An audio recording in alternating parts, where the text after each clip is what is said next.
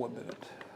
A lot of these people, I think, are meant to be on the public hearing. Yeah, So if I'm going to mention them. You do have to skip over. Okay. So anything, How many you got? there's a lot of them signed up, but they put down for solar. So a lot of these people are pushing Yeah. to the public hearing. Yeah. Yeah, you might want to do that. Oh, yeah.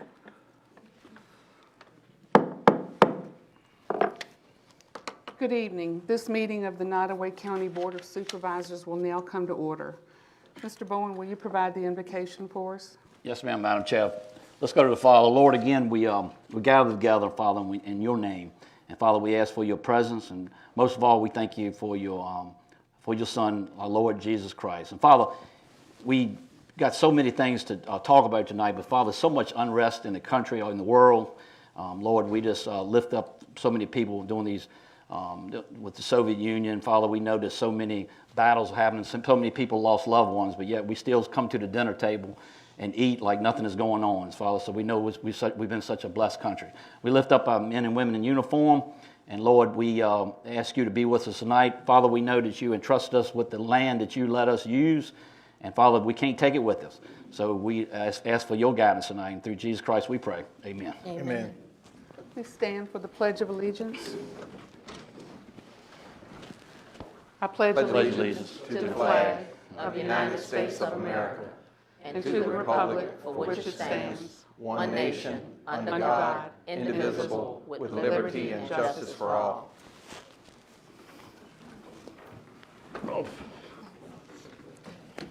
Mr. Costin, are there any amendments to the agenda tonight? Yes, ma'am. We have one amendment to the board agenda. That is the addition of an item under K. This will be 6. It is a budget adjustment for the schools in the amount of $18,010.72. That's an addition. And if I may, Madam Chairman, honorable members of the board, ladies and gentlemen, good evening. Hope everybody had a good St. Patrick's Day and you're having as good a March Madness Day as I've had. You'll see a notice that we have separated out from the agenda all the LRA activity. This is to further distinguish that this board, while it's the same people, they are in a different scenario, they serve in a different capacity when they're working on authority issues. Same 5 people. We'll be discussing some things later tonight about the LRA, but just to further distinguish the separation between the Board of Supervisors and the local redevelopment authority, we've broken it down into 2 packets and 2 separate agendas. And later in the meeting, that will be further distinguished when we actually recess this meeting, enter into the LRA meeting, and then reconvene as the Board of Supervisors for the purpose of going into the closed session. That's also noted in the agenda. Certainly, if any of the board members have a question with that, I'd be happy to try to answer the question. All right, do we have a motion to approve the agenda, including the amendment presented by Mr. Costin? So moved. Second. We have a motion and a second. Any discussion? All in favor, vote aye. Aye. Any opposed, nay. The motion passes. The agenda as amended is approved. In our package tonight, we have minutes from the regular board meeting of January the 26th, from redistricting committee meetings held January 13th, January 25th, and February 1, and from Board of Supervisors special meeting held on March 1 and continued on March 3rd. Do we have a motion to approve the minutes as presented? Madam Chair, I move that we receive and adopt the minutes. Second. All right, we have a motion and a second. Any discussion? All in favor, aye. Aye. Any opposed? Motion passes. The minutes are approved and adopted as presented. Next on the agenda, we have delegations from the public. We have 13 individuals registered to speak. If you've indicated that you're here to speak on the proposed solar ordinance, you'll be given your time during the public hearing rather than during the public delegations. So thank you all for being here and for your consideration in adhering to the 5-minute time limit and for keeping in mind that civility and respect for others are always appreciated.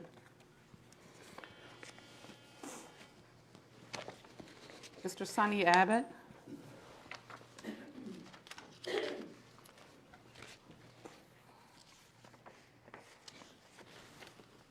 Madam Chair, members of the board. Good evening. Transparency, a thought process, I believe is absent in Nottaway County. Now, everyone's plate is so full there isn't time to respond to questions. Doesn't matter if the questions are written or asked from where I'm standing. I recognize that I rarely get answers year after year, and I've tried. I even tried reducing it to writing a couple of months back, and that didn't work either. The questions, presumptions, observations are mine. So please, hang in there. I only get 5 minutes. The budget process seems to be much more subdued, quiet, or something seriously different this year. The county is spending money like it won the lottery. We've added 3 new employees. There is a $65 an hour special projects person. The electoral board terminated 1 registrar and hired another. The one they hired has a trainer at $50 an hour, or $1,600 a week, through June. Now relax. Those funds didn't come out of the general fund. Just move monies around one line item to another in their current budget, and it's covered. The cost of legal services can only be described as, wow. Everyone must feel much more confident, safer, and the rumors of inappropriate activities are just those, rumors, right? Now, I'm not saying that the new hires aren't necessary, that a special projects person isn't needed, nor that a $1,600 a week trainer for the new registrar wasn't necessary.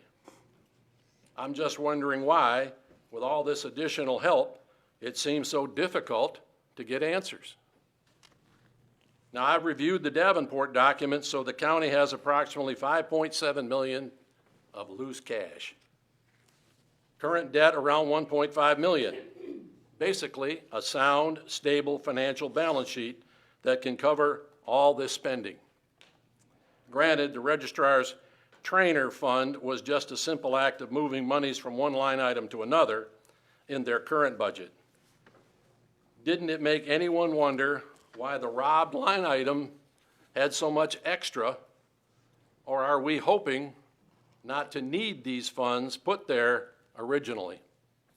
Was there a specific purpose that can't be covered now? These type of questions had to be asked and answered before the change, right?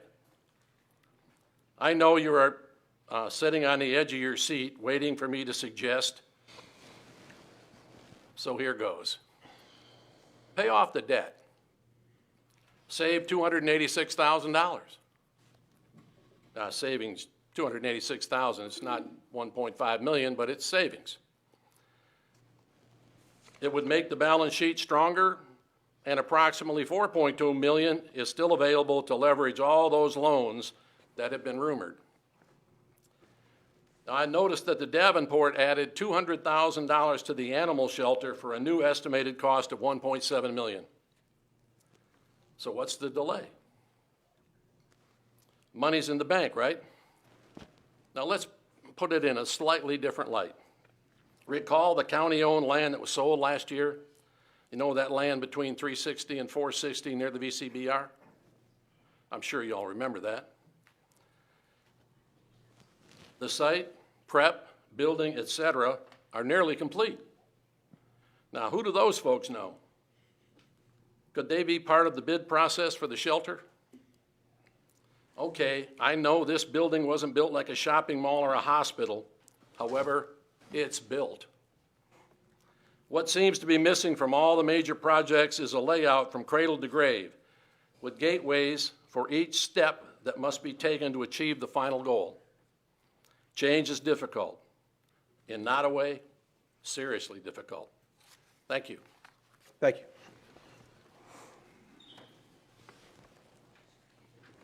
Ms. Sue Yates.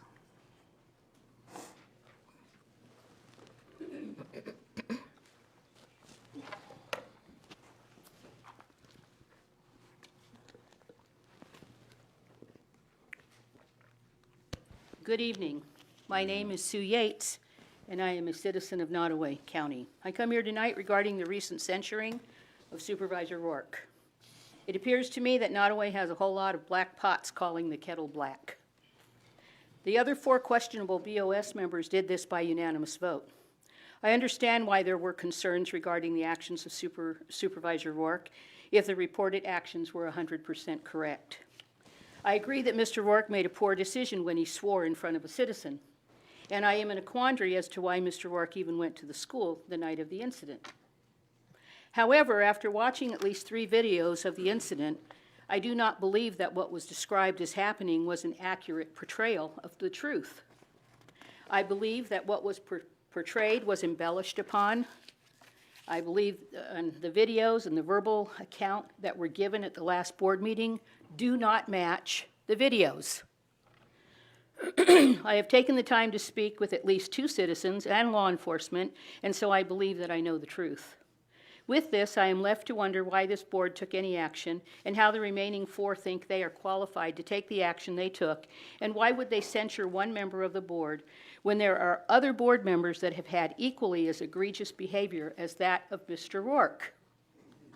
First, I will address the antics of Director Bowen, who has done so many egregious things that it would be hard to list them all. But here are some of Director Bowen's most memorable moments.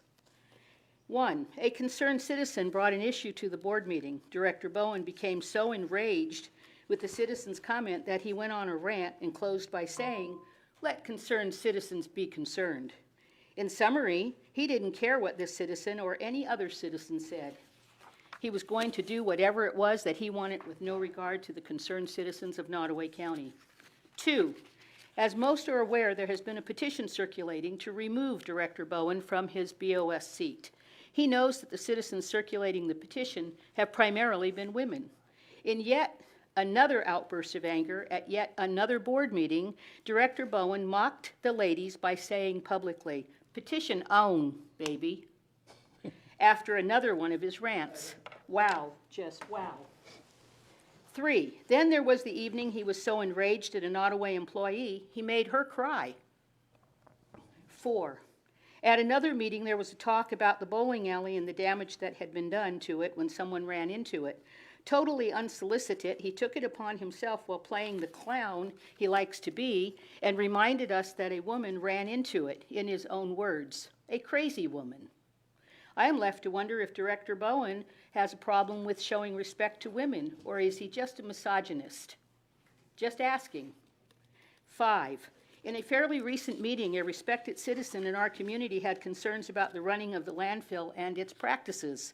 Director Bowen became so enraged with the citizen's comment, he yelled, "Pay your taxes, man. I pay mine." 6, and just this last week, the newspaper brought to light that Director Bowen is now calling the citizens of Nottoway social media thugs. Again, wow, just wow. Lastly, I believe there is a conflict of interest regarding water issues in Crewe and Burkeville due to his work position with the state. Initially, he recused himself, only to find out that he was admitted into some closed sessions regarding the water issue. It is clear to me that it would be almost impossible for Director Bowen to make an unbiased decision on behalf of Burkeville or Crewe and his position at Piedmont. In closing, I am calling for this board to censure Director Bowen for his continued insulting comments made publicly to many citizens. You, Director Bowen, are a habitual offender and appear to have little self-control regarding your anger issues. While you may not have dropped any foul language during your enraged bursts, the behavior is just as egregious. Mr. Bowen, you sit up there on your throne acting all important. Let me remind you that you are elected by the people and your work should be for the people. Your elected position does not give you authority to have these enraged outbursts demeaning the citizens of Nottoway County. Thank you. Madam Chair, point of clarification. My title is Board of Supervisor, District 1, not Director Bowen, okay? Thank you. Kristen Hardy.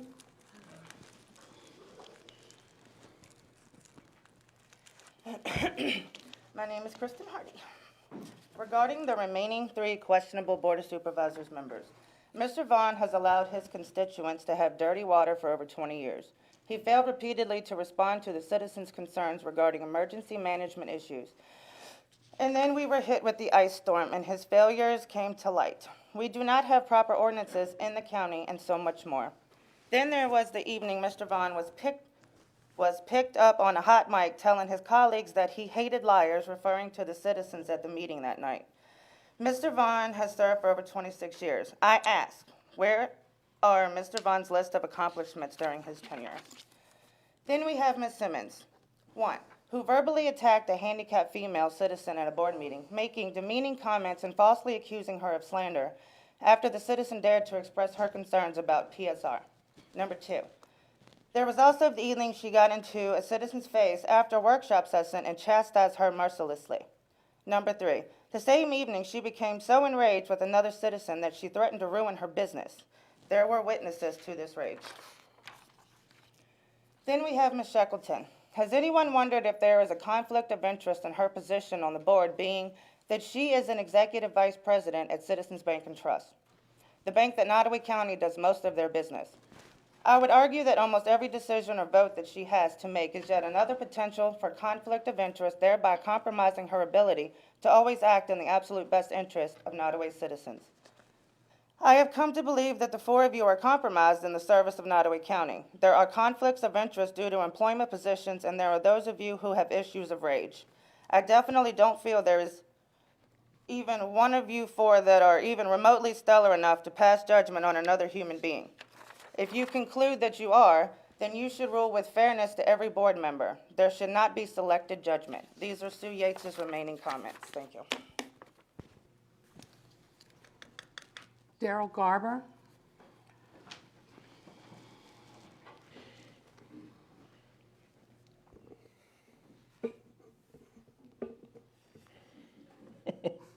Ladies and gentlemen, Madam Chairman, I'm here about Nottoway's choice to take the step of censure. But if we're going to go down this road, let's hold everybody accountable.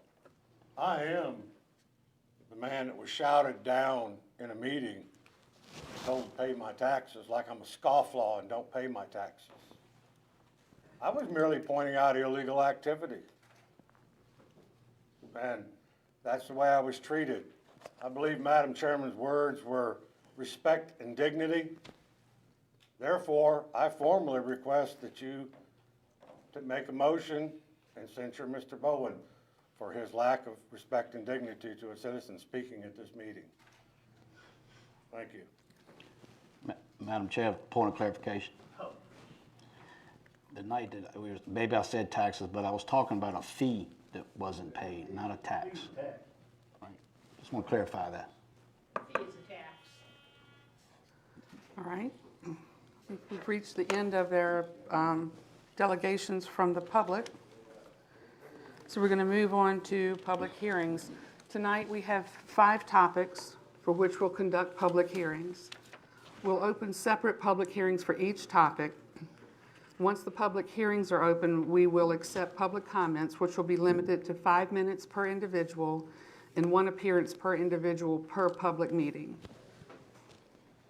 Our first topic for consideration is solar zoning ordinance. Mr. John Anzavino, the county's transition advisor and project manager, joins us this evening. Before we open the public hearing, Mr. Anzavino, will you provide an introduction for us on this topic? Maybe. Good evening, Madam Chair, members of the board, staff, citizens of Nottoway. I've been asked to provide a brief synopsis of the changes to the special exception section of the renewable energy section of the county zoning ordinance. Please note that these are changes to an existing ordinance. This is not a new ordinance which opens up the door for solar facilities. In 2019, the county adopted an ordinance It includes both wind energy and solar energy, and it consists of 6 pages of general statements about regulation of solar and wind energy.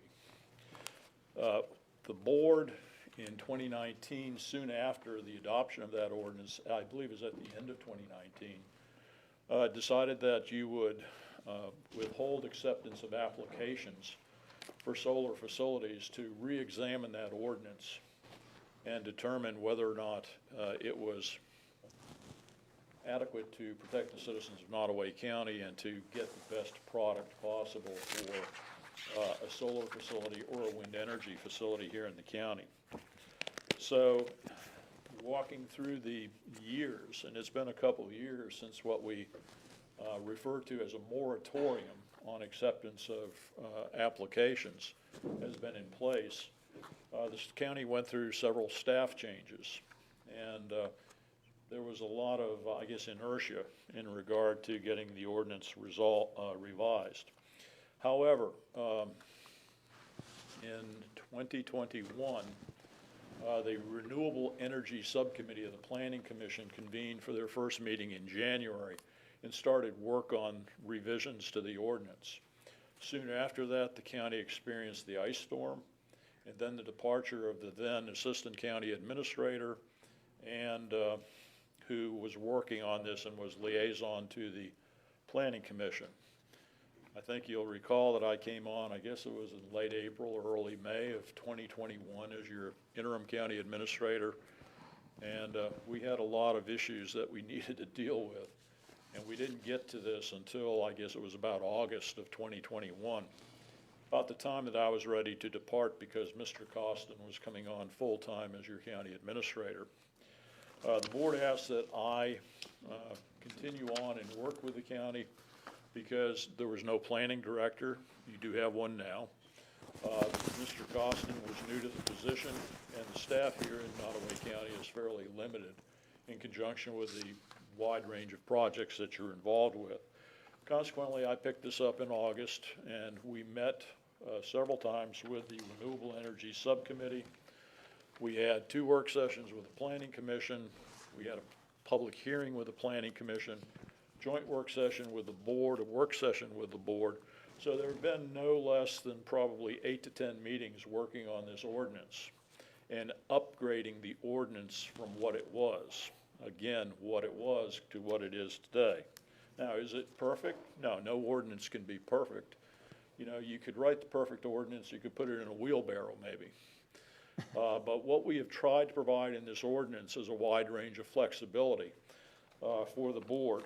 And I do want to touch on some of the changes, if the board will allow me to, that have come about in the ordinance.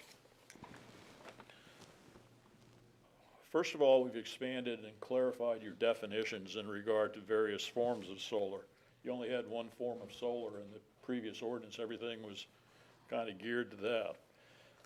It establishes both a large-scale and a small-scale solar energy application process and provides differing levels of review for that. The smaller scale projects, as you would assume, are going to be less intensive as far as review goes. It provides the opportunity for the board to negotiate a host or siting agreement, which is new to state law. That came about in 2020 or so. And that allows you to extract from the solar developer additional funding to mitigate impacts on the project that the project might create. It opens up the citizen process significantly. In the past, you'd have a public hearing possibly for the, with the Planning Commission and then with the Board of Supervisors on an application.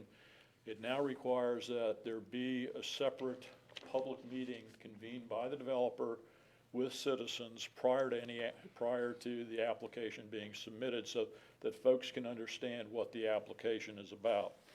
The minutes of that are to be reported to the Board of Supervisors, and it's to be advertised properly, just like a public hearing that the board might convene. It prohibits siting of large-scale solar energy and battery energy storage facilities within a mile of the town. There is of any incorporated town. There is some rationale to that. Nottoway has limited utilities. Growth areas, and I know there was an article, I guess, in last week's Courier Record about how one new council member felt that Blackstone was poised for growth. Growth's going to occur in and around the towns. And if you have utilities there, it's naturally going to occur. And you've got to reserve your best land around those communities for the commercial and residential growth that you may be incurring. So you don't want to put in a solar facility and take up all of that land, much like happened down in Waverly recently, and which has been related to you by Susan Seward, the chair of the Sussex Board. Right. It includes a language that the county may employ independent consultants, and that the applicant will pay for those independent consultants for the board to study any issues that you feel are important in regard to the application. It requires a more detailed site plan for solar, both small and large scale solar facilities. And it really hones in on dealing with the details of what the application is, what the proposed site is going to look like. It establishes, and the Planning Commission made changes in conjunction with the setbacks. Currently, in your ordinance, in an agricultural 1 district or in a conservation district, there's a 100-foot setback from the road. There's 50-foot wide setbacks from side property lines and 70-foot from rear property lines. In the light industrial and the general industrial districts, it's even less. I won't go into that detail, but they're even less as far as setbacks go. And consequently, what has been proposed by the Planning Commission and recommended to the board is a setback of 150 feet from public right-of-ways, 500 feet from habitable dwellings, 100 feet from rivers, and that's not covered in any ordinance that I've seen. And that's 100 feet on either side of any river, and 150 feet from adjacent property lines. So the setbacks are significantly greater. Included within those setbacks are a 100-foot buffer, and that 100-foot buffer, if there's natural vegetation there, such as a forest, that cannot be cut. It can be supplemented with additional native plants and trees. But we're trying to build a really strong natural buffer. It has, and none of that can be cut, none of the site can be cut, or no land disturbance activities can take place until the application is approved, because there are concerns that somebody may come in and clear cut the property and then it never develops. We have also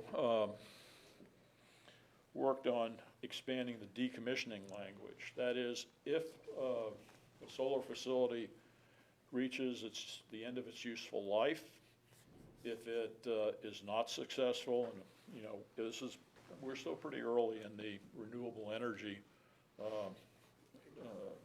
world. The decommissioning language requires that everything be taken out, including any of the concrete supporting pads below grade, so that that land can be returned as close as possible to its natural features and natural use. We've expanded the coordination with emergency management folks. There was no reference to that. There was only limited reference to that, and we've included that. We've included language for monitoring of groundwater during the life of the project. So as you can see, we've made significant changes. The Planning Commission has made significant changes with some guidance from the board, and it is a much more comprehensive ordinance than what you currently have. So with that, if the board has any questions, I'll be happy to address them, but I know that there are a number of folks here who really wish to comment on the ordinance, and certainly are deserving of doing that. Any questions for Mr. Anzavino? Madam Chairman, if I may, just for the record, I just want to make sure that folks know the Planning Commission has had their public hearing. Yes.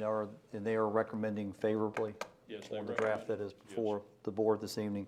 And also, one of the issues that came up during the planning commission meeting is there seemed to be some confusion about actual applications identifying particular sites, and that's not the case. We are looking at improving on an ordinance that's already in the zoning ordinance, improving on that document.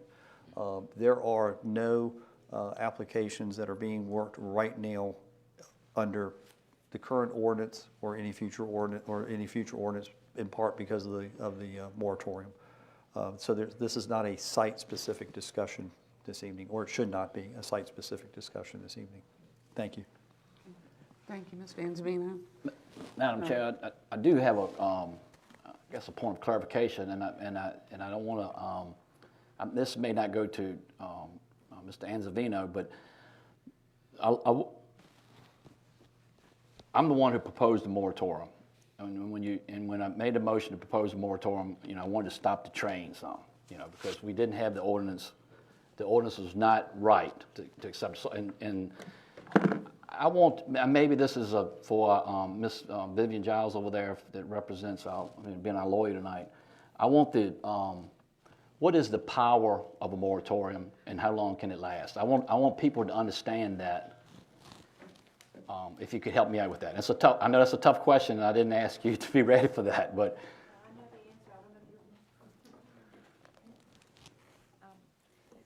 So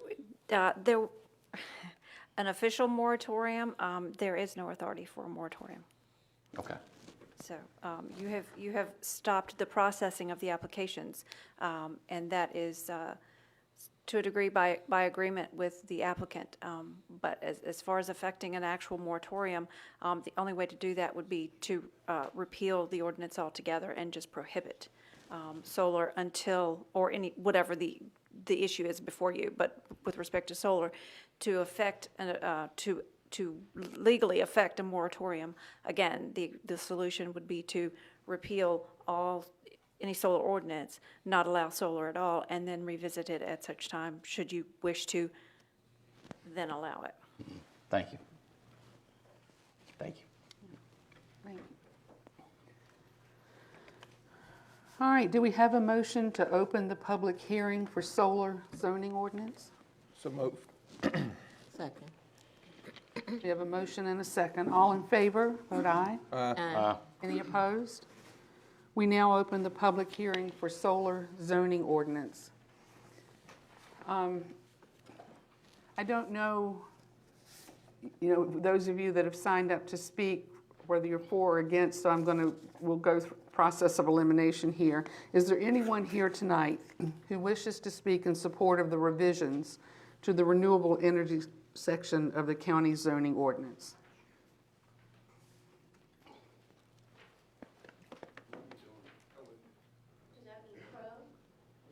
Support.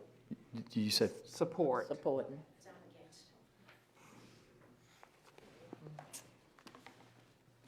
Hi all. My name is Blake Cox. I'm with the Virginia Land and Liberty Coalition. We're a nonprofit advocating for smart and responsible clean energy here in Virginia. Our coalition is made up of a diverse group of farmers, landowners, stakeholders who are primarily concerned about protecting private property rights, increasing local economic development opportunities, being good stewards of the land. We support local government's ability to cite projects and develop guidelines compared to the heavy hand of federal or state government. Local governments will certainly do a better job of listening to their constituents, and I would like to commend the work of the county for being a prime example of this. You did thorough research, gathered community input, and worked closely with county staff to form a strong solar ordinance for the county. In January, we attended the Planning Commission meeting when the ordinance was first introduced. We provided feedback to commissioners and staff on ways to make the ordinance stronger to increase the likelihood of responsible solar developments here in Nottoway.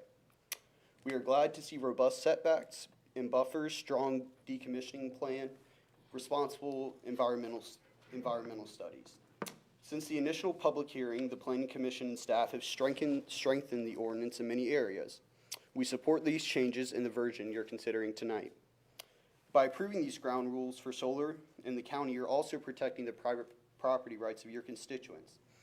Many landowners want to use their land for solar projects and believe as Americans they should be able to do so as long as the rights of others are not being violated. We have a petition here from folks all over the county who want to see rules approved so smart and responsible projects can be cited in Nottoway. Just read a couple for you here. From Mr. Kevin Arnold. A lot of farmers like myself and family members have land where solar would be beneficial, land that's available for solar, and could be providing energy back to power companies and a possibility of lowering taxes on citizens. From Emily Camden, it helps landowners save money, help the environment, and allows for potential income. It should be allowed. Private projects that help improve the lives of many should be legal here in Nottoway County. So not only will landowners benefit, but the entire county will from solar.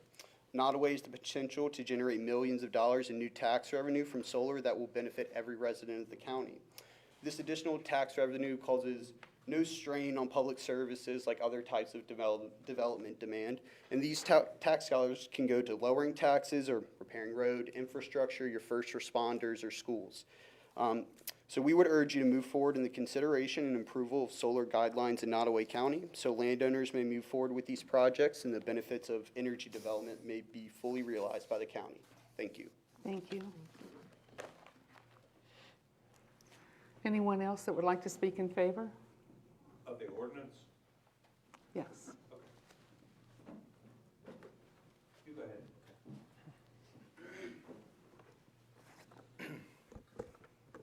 Hi, my name's Seth Mon. I'm representative of Solar UNESCO, a solar developer based in Reston, Virginia. Here tonight with keen interest in the ordinance the ordinance update that's being discussed tonight, and just want to commend the county for all the time that's put into this. What you have here is, as a developer that develops exclusively here in Virginia and has dealt with a lot of ordinances, one of the most robust and thought out ordinances I've ever seen. I think this protects the interests of the citizens appropriately, and I would remind everyone that this doesn't grant anything by right. We have a hearing for each project, and each project is very different. This gives the county the teeth it needs to review each project on its merits and determine if that project is appropriate. If it's not, the county has the ability to reject the project. If they feel it is in the county's interest, they have the ability to move forward with the project. So I just want to make it clear to a lot of people in the audience who seem concerned that the floodgates have been opened to solar if this passes, that that's really not the case. No project is allowed by right under this. And you know, if and when we bring a project to this county, we look forward to demonstrating to this community why the project is a good fit and earning the ability to build here.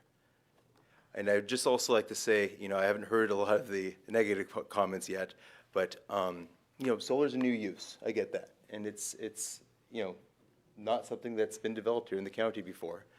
And that can be worrisome. If you Google solar, you can get all kinds of information of varying quality. I'm not sure which facts we're going to hear tonight, but, you know, I'm sure that a lot of them will be stuff we've heard before, and a lot of them will be stuff that we'll have good answers to, and we'll be prepared to answer these concerns when we're presenting a project. And again, you'll have the ability to determine whether or not our answers are good enough. So we just ask for the opportunity to be heard, not for anything by right. Thank you. Thank you. Anyone else that would like to speak in favor of the ordinance? Mr. Reynolds? Thank you. My name is Tom Reynolds. I live in Mr. Bowen's district, and I'm here as a private citizen tonight, not my other role. And in the state of Virginia, I'm listed as a solar generator. I've got a measly 3.2 kilowatts on my roof, okay? And before I bought that, I was very skeptical because I thought it was a scam. Over time, since I bought my panels, for the same square footage, I can get almost 30% more wattage output, okay? No solar panel is 100% efficient, and efficiency refers to the amount of UV rays that it turns into usable or produces usable generation. As far as disposal, I've heard some reference in the ordinance that there would be some restrictions and some requirements, maybe some bonds. I think that's a feasible way to go to hold people accountable, because it's a relatively new industry, even though it's been in use in some places as far back as shortly after World War II. But efficiency is improving, so keep in mind that reduces the footprint that's required to generate the same amount of power. My electric bill was cut in half. Now that's for me personally. I was ranging $350 to $400 a month. I'm down to half of that, okay? I believe that solar generation or wind generation or any kind of renewable generation is a positive no matter where it is, no matter which political party you belong to. I don't care if you're a member of Greenpeace or what you might have as an affiliation. I think it's important that we consider things above and beyond coal-fired generation, gas, pulverized coal generation, gas generation, and nuclear power, although some of those can also be acceptable.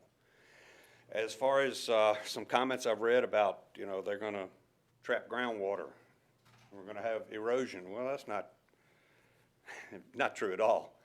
Water goes into the ground. If it can't go down into the water table, it goes sideways until the water table is filled up. That's hydraulics 101. The other thing I heard, I haven't read the ordinance, but I heard that there were small and large generation applications. I am sincerely hoping that the small is anything exceeding 10,000 watts for residential producers as it is now, and we don't change that, because right now, if I wanted to put more power up, I could go up to 10,000 watts. All I need is a building permit and Southside Electric's approval and inspection once it's installed before I hook it up. But my power, when I'm not using it, flows back into the grid, and it joins other, if my neighbor downstream is calling for power, I don't need it, mine goes back to them. Now that's residential. But what we've got to make sure of is that the people of Nottoway County benefit from the generation of this power, because we're going to pay the price for it if you hear and take in and believe 100% of what you hear. Nottoway County is going to pay the price, whatever that may be, for it. We've got to make sure that the contractors and the applicants sell that power back so that it benefits the citizens of Nottoway County. Thank you for listening. Thank you. Thank you, Tom. Anyone else that would like to speak in favor of the ordinance?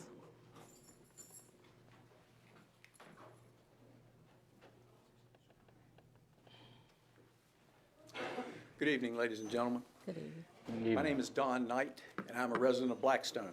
Thank you for allowing me to speak this evening. I'd like to preface my remarks with a disclaimer for those on the board that may not be aware I am Mrs. Shackleton's brother.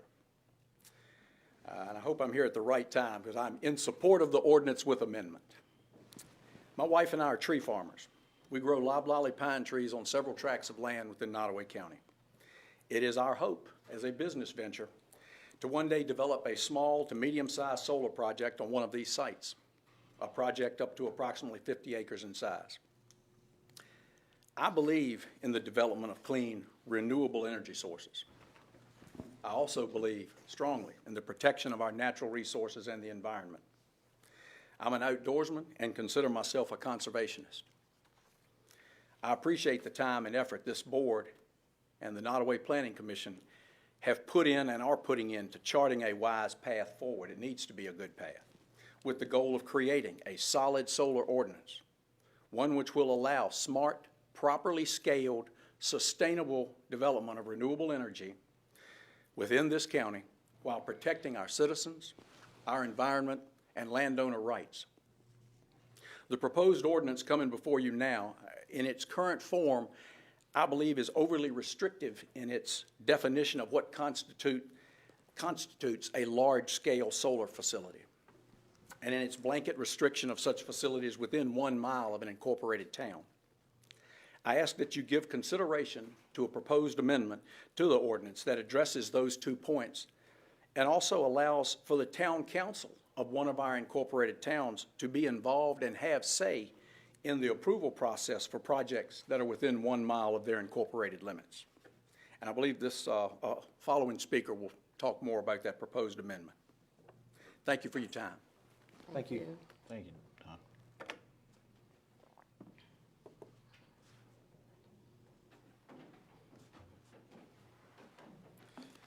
Thank you, Board, for allowing me the time to speak. My name is Jacob Woods. I work for a renewable energy company called Hexagon Energy in Charlottesville, Virginia. First, I want to thank you on the work that you've done on the ordinance. It is really quite amazing. It helps preserve the beauty of Nottoway, along with the increased setbacks. I think is a really great addition, along with groundwater monitoring and the decommissioning to ensure that when these projects have run their life, they're removed properly.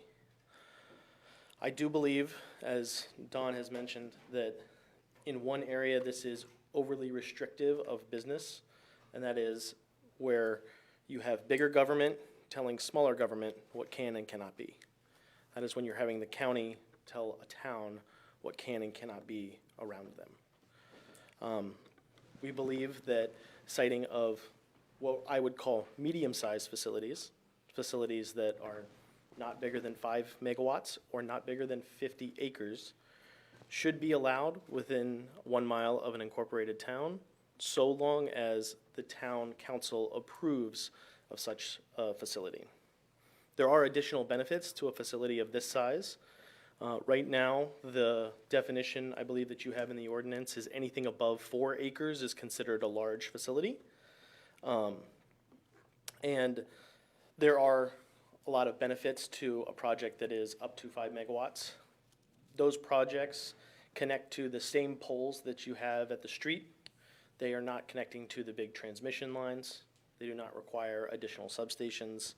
They just go back into the local substations and get consumed by the people that are around that farm. It does not have an ability to travel much farther out the grid. So it would benefit citizens of Nottoway and the town that it is around.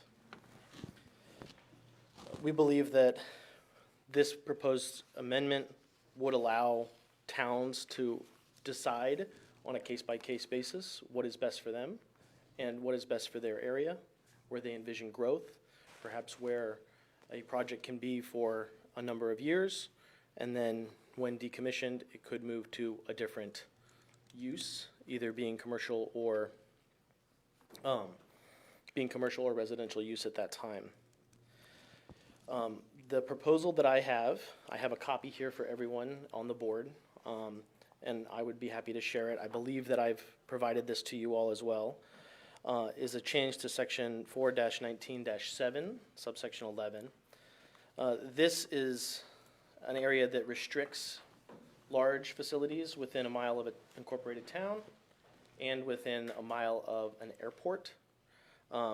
We have seen airports that request bids for proposals for solar, and you have a section in here that describes the requirements that are needed with FAA approval for anything that's within a mile, but there's an outright restriction. So we'd like to see these changes made, but most concern is the restriction within 1 mile of a town for us.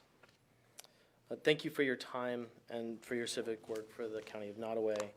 I'd be happy to use the remainder of my time to answer any questions if you have any. Otherwise, I will gladly sit down. Madam Chair, can we get that copy? I mean, you said did you send it on an email, Mr.? I did send it on email, and I'd be happy to. Let me see that. Good. John, you want one? There.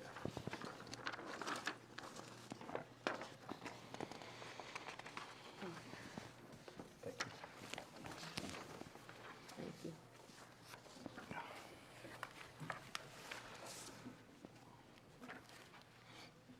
There's no other questions. I'll just sit down. Thank you very much for your time. Thank you. Is there anyone else who would like to speak in support of the ordinance?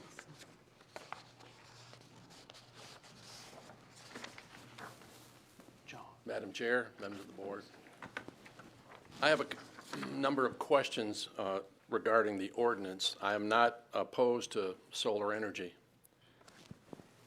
In section 419.1, what manner must a solar farm take to promote economic development? Save for those associated with a specific solar farm, because I'm not sure that it would remove blight, improve schools, add to a home, apartment, or other business development. The part that states residential, commercial, industrial, generally speaking, we're talking about any facility in Nottoway County, correct? 419.3, large-scale solar energy facility. Parenthetic number 3, is mounted on or over a building. Must the building area that is being mounted on or over have to be 4 acres? Or just part thereof? If a residential property is larger than 4 acres, how is it impacted by this ordinance?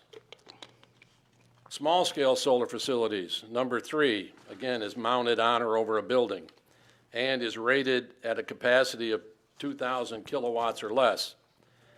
Does that adversely impact a single-family home or a small or similar small-sized business that wants solar on a site that is smaller than 4 acres but is not considered a traditional residential or small business site?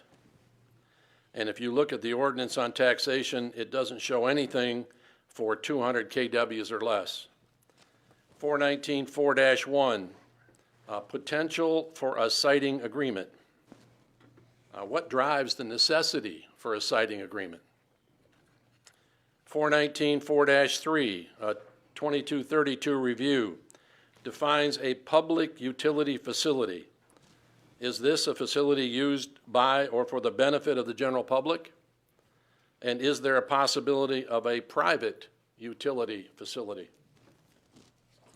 419.4.3a, number 2.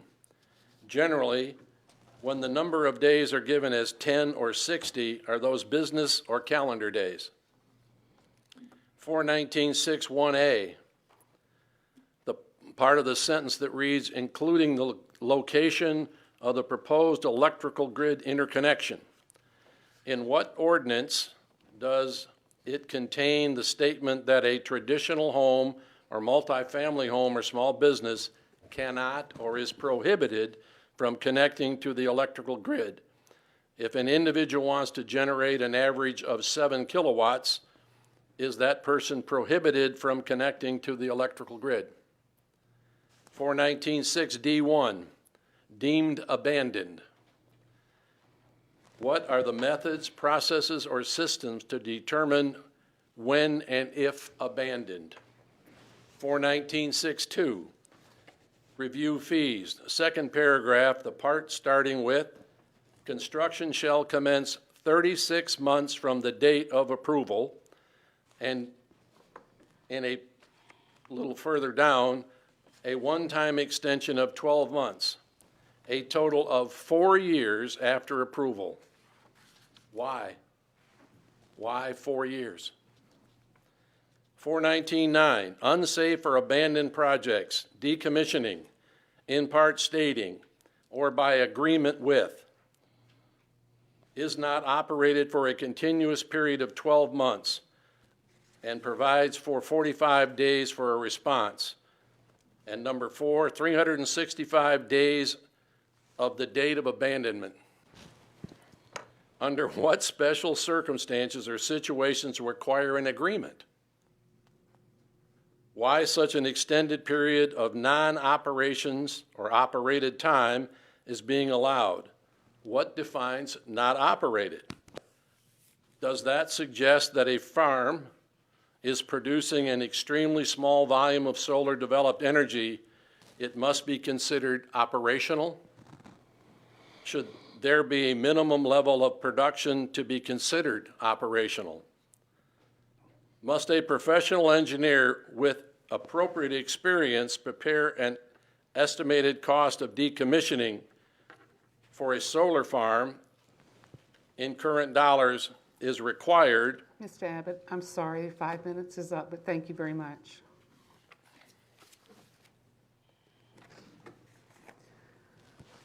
All right, anyone else to speak in favor of the ordinance? All right, anyone here tonight that wishes to speak in opposition to the revision to the renewable energy section of the county zoning ordinance?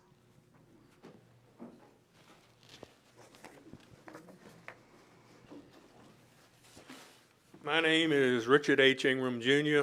Most of y'all know me as Dickie. I've lived my whole life in Nottoway County. My family has been in Nottoway County for over 200 years.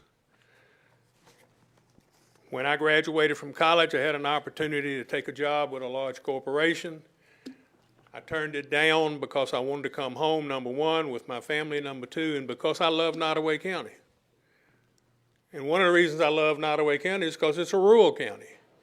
And I'm very concerned about the talk of solar facilities. Don't call them farms because they are not farms. They are industrial sites. They're not farms. I heard a couple of people speak, and it made me think about the old story of the fox in the hen house. When the fox tells you that you've got great protection and don't worry about me breaking in, and then all of a sudden, the fox is in the hen house. You better watch it. I got a couple of things that I don't like about the ordinance that is proposed. Number one, when I went to the Planning Commission hearing in February, there was a 2-mile limit between farms. That transmission line from Chase City to Crew goes right through the middle of my farm. Now, you're telling me that I could be surrounded by these things, okay? That's what you're telling me when you don't have a 2-mile limit. I think a limit ought to be 5 miles, myself. We don't want this county to be popping up with solar farms everywhere. I don't see it. I made a comment on Facebook today that the good Lord works in mysterious ways. How about the rain we got today? Can you imagine rain falling on hundreds of acres of solar panels? Where's that water going? Especially when the ground has not been prepared.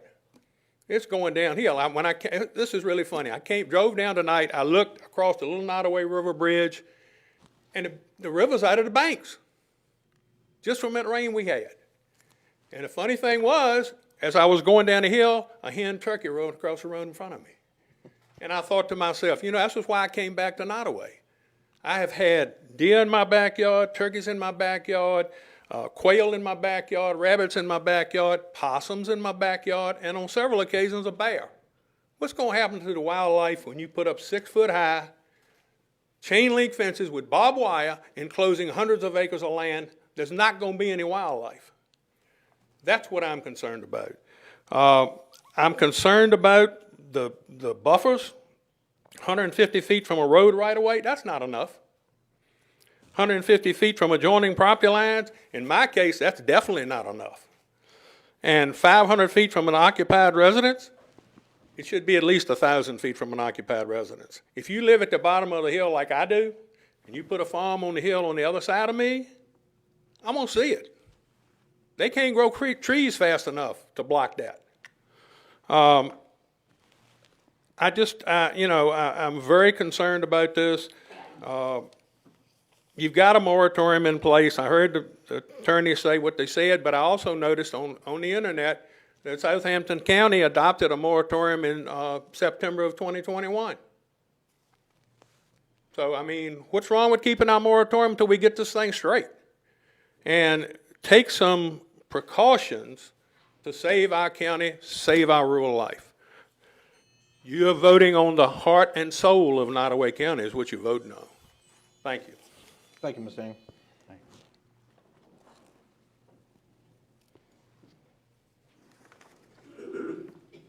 Good evening. Good evening. My name is Tyler Scott, and I live in Blackstone, and Mr. Ingram said everything so eloquently, but I will try to add to it a little bit. I moved here from Richmond, and I love Nottoway County, and I love the people. And nobody is more pro-environment than me. I spent my summers in the Adirondack Mountains in upstate New York. I love the outdoors, and I come from a family of hunters. I do not think these solar farms and the other renewables will benefit the residents of Nottoway County in the long run, unfortunately. Many times this is about some people making some money. We have already heard that Mecklenburg and Charlotte County are having serious problems with their solar farms. I think it's something we all have to do our research on. I'm also worried about the runoff from the rivers. I'm also worried that the panels, the solar panels, are usually made in China. What is in these things? And why are we aiding and abetting our major enemy in China? Allow me to tell one quick story which will paint what can happen when developers and consultants come into small rural areas like ours. There's a town on the upstate New York border called Chattagay. It's 2,000 people. It's good hunting and it's good fishing. They don't have any money. Many years ago, a windmill company came in and promised them the world, and they believed it. And the promises were to help the schools, support the athletic teams, jobs, tax revenue. So as far as you can see up in the Chattagay area, you see windmills that have permanently scarred their landscape. Within 2 years, the company was bought. Surprise, surprise. All the promises went out the window. Do you know how many jobs Chattagay got? 2. And I called up there today, and they told me that they didn't even get the power. The power from the windmills goes on the grid, which probably goes to New York City, which is 350 miles away. And the power can travel that far. And this happens a lot. Please help us protect Nottoway County. Our greatest asset besides our people is our land. Thank you. Thank you. Thank you. Anyone else to speak in opposition? Madam Chairman, members of the board, general public here, thank you. I'd like to be very brief, but I would like to yield my time to Jerry Spence. He and I have worked a lot together on some comments. He is much better prepared to present those comments, but I don't think he can do it in 5 minutes. But what I would like to say to the board tonight is a quote from George Bernard Shaw. It's one of my favorites. The single biggest problem with communication is the illusion it has taken place. And I'm not sure that by having this zoning, this ordinance public hearing tonight, you have enough residents here or that are truly informed about what this ordinance can mean to Nottoway County. You've heard both sides of the issue. I would suggest, before you take further action, that each one of you board members have a town hall meeting within your districts, as something was done several years ago, and talk this over before you take formal action. Now, if you would let Mr. Spence take the rest of my time, madam, please. It's not addressed. It's your call, Madam Chairman. Yes, sir, we will do that tonight. Well, I appreciate you folks and the supervisors letting me come and talk with you tonight. Last time I was standing here, it was before Judge Gravitt for a speeding ticket. I think this will be a much more pleasant experience, though he was very merciful, I must say. So if you don't mind, can I approach and hand you guys? Absolutely. Thank you. Is this the same document you sent via email? Email, yes. All right, the board's already received that, but thank you for saving our trees. So just a little bit of very short brief message about me. I'm a conservation planner in Maryland. I work with resource conservation. Take one and pass. For the last 20 years. So I have a lot of experience conserving natural resources and was very blessed 10 years ago this October to have purchased property on Route 49 about a half a mile north of the falls. So that's where my property is located. Before purchasing the property, I went to the Soil Conservation District and asked, are there any endangered species here or anything? And he said, no, but they're really close. And I said, well, this is the place for me, a place I can buy and have rural, which is my plan. So anyhow, I have also a farmer in Maryland. Retired tobacco farmer 2 years ago, and have an agritourism, ecotourism business in Maryland. It's been fairly successful. So that's who I am. So I want to talk to you tonight primarily on resource concerns for Nottoway County industrial solar placement. So I'm not against the use of solar or the installation of solar facilities. I'm for the wise placement of them. And I appreciate what your advisor has recommended as far as improving the ordinance from what it once was. But I also agree that it can be still greatly improved. So my position is let's get this right. So really, I looked at the wildlife resources and water resources and then kind of considerations moving forward. And this is specifically about the area around the Nottoway River. That's the area of the county I'm familiar with. Honestly, I'm very much more ignorant of the rest of the county because I studied the area where I purchased. So I don't know a lot about the rest of the county. So really, some very basic stuff here. The Nottoway River and associated neighboring landscapes are of great value for all forms of wildlife. Everyone knows that's a given fact. No one disputes that. So the reintroduction of historically native species such as black bear is a result of wildlife traveling along the river corridors. So it's basically a highway for wildlife. So I just want to make sure you guys realize that the importance of river corridors cannot be overstated regarding wildlife movement with large home ranges. So an example would be, the black bear. The black bear that are here now, where did they come from? They came from the swamps of North Carolina. They traveled up the Meherrin and the Nottoway River to get here. So that's an important thing to think about. Also, things like bobwhite quail need lots of contiguous habitat. I still have bobwhite quail on my farm. I don't know if any of you folks have it on your properties or not, but it's nice to hear them call and see them. So one thing I wanted to also mention is that the river corridor is not just a place for wildlife to travel, but it's also fairly wide. So you have a lot of wildlife dispersal. Think of it this way, as if you have a sick population of wildlife in one area of the county, it's recharged from the Nottoway River Valley because wildlife move out from it. So keep that in mind. So really, for wildlife habitat, the area along the river is important, essentially from Crewe to Victoria and then from Cambridge back to Blackstone. That area is an important area for wildlife. So one thing I want to point out, I've looked at this quite a bit, and conservation planners and environmental planners will look at different trends and distributions of wildlife in an area. So here you have a map of Nottoway County overlaid, or outline of Nottoway County overlaid across the Virginia Department of Conservation and Recreation Division of Wildlife Heritage map showing ecological value. So the point I'm trying to make here is not all of Nottoway County is equal when it comes to ecological value. If this map was zoomed out further for all of southern Virginia, you could see a very distinct line along the Nottoway and Meherrin rivers where the state considers it of high ecological value, outstanding ecological value, or very high ecological value. So it's color-coded, and you can see on this map, Nottoway County has approximately 5% of its land area as outstanding ecological value, and probably 10 to 15% of the land area as very high ecological value. So it's pretty small areas of the county that have this designation, and they're usually along the river or along areas of very large forest land, okay, large acreage. So the important thing is to note the river corridor. Okay? So a close-up picture of that, if you flip the page, you'll see a general area along the Nottoway where you have contiguous areas of high ecological value, very high ecological value, and outstanding ecological value, and it's color-coded as the presentation shows. So as you saw from the previous page and see here, there's quite an obvious area of the county that's considered prime for wildlife habitat and natural resources.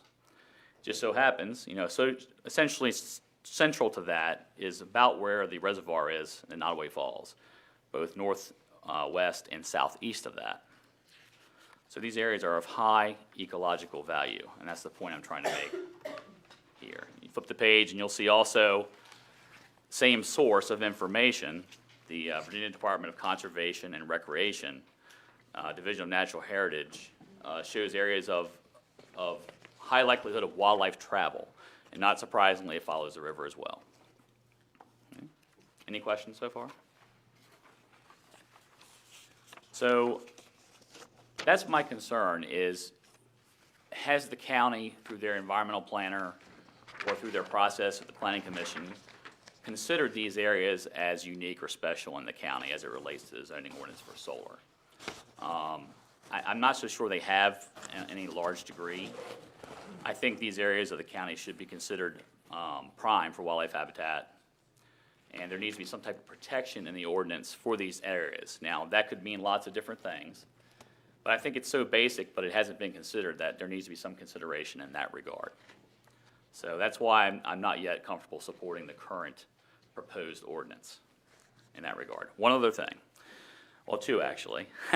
So stormwater. So the gentleman in the blue shirt mentioned stormwater. I have 20 years of experience trying to stop erosion and having water infiltrate versus run off the surface. And you folks in this part of Virginia are very blessed to have a beautiful county, but you also have very clay-based soils. And clay-based soils, though they can be well drained, are fairly slowly permeable. So there is quite a bit more runoff of these soils than you have in other areas of the state where the soils are sandier by nature. And we've seen sites in Louisa, Buckingham, and Mecklenburg that have experienced issues either during the actual installation or after the fact. We've seen really a lot of proposed sites in the state, not just locally here, that are close to rivers, which probably doesn't make a whole lot of sense when you're looking at your water resources and keeping them safe. Section 4-19-6G, it references DEQ minimums for erosion and sediment control. And really, it hasn't worked yet, so how's it going to work now is my question. So I think there needs to be a little more effort to button down sediment erosion control for these sites. And really, at some point, it also mentions exceeding DEQ minimums, and at some point that doesn't become practical for when you're going to actually reclaim the site later on. So this is my question to the county. In its current form, is the county willfully approve an ordinance knowing the possible result, and the probable result actually? And as you know, Nottoway Falls Reservoir and all the way down to Fort Pickett is potentially in the travel way of this muddy water potentially. So, of course, the river is also the drinking water for Victoria, Blackstone, and Fort Pickett. And just east of Nottoway Falls is the federally listed endangered species, the Roanoke log perch. And according to the Virginia Living Museum, the Nottoway River is a relatively pristine, tannin-stained river. Mr. Spence, I'm sorry. You've exhausted your extended time. Thank you. Well, I apologize for that. Yeah. I appreciate you letting me talk to you tonight, and hopefully we'll have this conversation again. So, Thank you. thank you. Anyone else that would like to speak in opposition?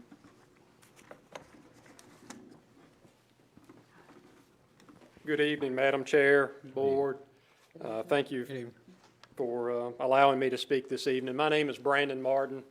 I've been a resident of Nottoway County for 37 years. My profession, I'm a trained forester. I've got a bachelor's and master's degree from Virginia Tech in forestry. But I'm also no stranger to wildlife management. And I'd like to express my advocacy for the alternative energy tonight, but I think that the placement of these facilities on the landscape needs to be smart, it needs to be reasonable, and it needs to be common sense oriented. So again, I'm not against solar, but I am not for the article as it currently stands. I have reviewed it thoroughly. I think the article up for adoption now leaves the residents of Nottoway County with many unknowns. And I'd like to run through a few bullet points and some dialogue. I will interject some dialogue in between to kind of get you to think critically about some of these points. In section 4-19-1, is it fair that the county is promoting the development of renewable energy sources at the detriment of our natural resources? That first paragraph of that statement basically admits that we're going to have some negative impact on our natural resources. What is the value of ecosystem services to you? What's the value of clean water? What's the value of wildlife habitat in our county? Those things I don't have an answer for either, but I question you to think about that. Does it seem logical that we should be allowing large and small-scale solar battery energy facilities to be permitted by special exception in agricultural and conservation zoning districts? What does agricultural and conservation mean to you? That is listed in section 4-19-2. Do you realize the negative impacts that a minimum 6-foot security fence with an anti-climbing device will do to native wildlife movements? How will wildlife movements change? What species will be impacted? How will trapped animals be handled? It's not a matter of if, it's when. What are the anticipated impacts to migrating birds that may mistake the panels as water? How will adjoining landowners' wildlife populations be impacted on their properties? Also within section 4-19-7, it states that the sites shall be seeded with an appropriate native plant, tree, shrub, and wildflower mixture for pollinator habitat, basically. My question regarding this item involves to what extent will this be done within these facilities? I just so happen that I have helped maintain a small-scale solar facility on Fort Pickett. And I will tell you through my experience that I do not think that these plant communities are compatible with solar panels on the landscape. That's my opinion, based on how we maintain the facility that I've been a part of. Are you familiar with House Bill 206? Is there any thought at this point to include mitigation benchmarks with the county proposal? Do you realize that no solar project that submits a request to connect to the grid before December 31st, 2024 is subject to the new rule? Would we not be patient and see how the state legislature and governor propose to implement House Bill 206?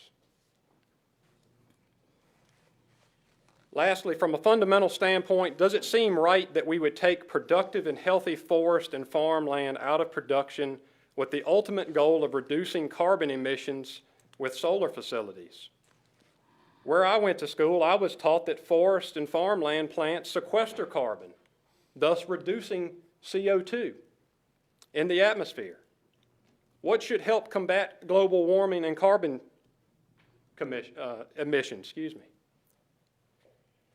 Nothing against solar, but our plant communities are helping combat this just as much. Lastly, I would like to leave you with a few excerpts from Otto Leopold's book, A Sand County Almanac.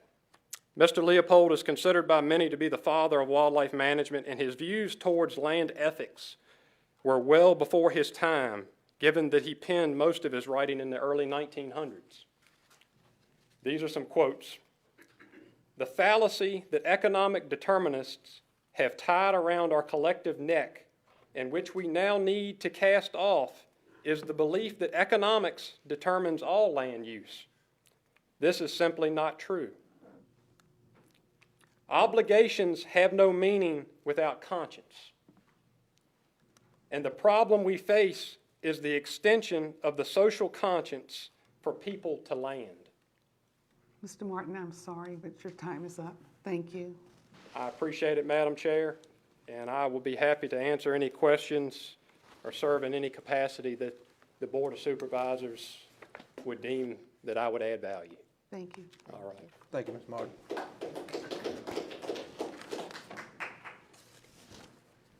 All right, anyone else to speak in opposition? I'm John Shute. I live up in the, excuse me, Burkeville area. I came to listen tonight. I'm not for it or against it. I was intrigued by Mr. Abbott's comments as well as Mr. Anzavino's. I'd like for Mr. Abbott to finish his questions if y'all will allow him. I'll give my time for that. He had some good points and good questions. He sticks to detail, so if y'all allow that, I'd like for him to finish. Well, I've allowed it once, so I'm going to have to do it again, but there will be no more exceptions made going forward. Obviously, I shouldn't have set a precedent. Mr. Abbott, if you wanted to finish. Thank you, Chief. Thank you, Madam Chair.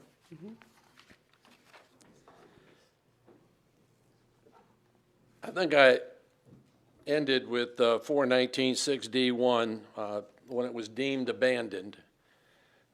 And wondering what methods, processes, or systems to determine when and if abandoned. And then 419.6-2, the second paragraph that starts with, construction shall commence 36 months from the date of approval, and then a one-time extension of 12 months for a total of 4 years waiting.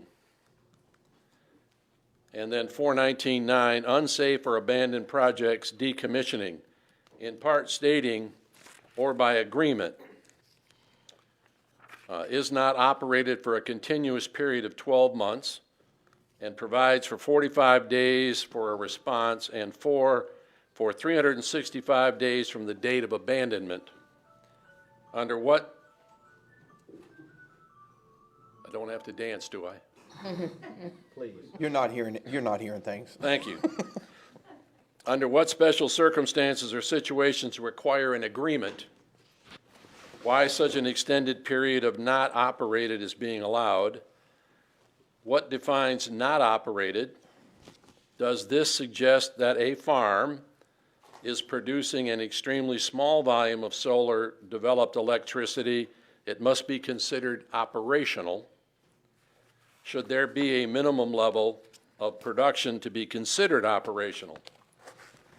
And then a professional engineer with appropriate experience must prepare an estimated cost of decommissioning for a solar farm in current dollars as is required in 419.11.3A2 in the wind section.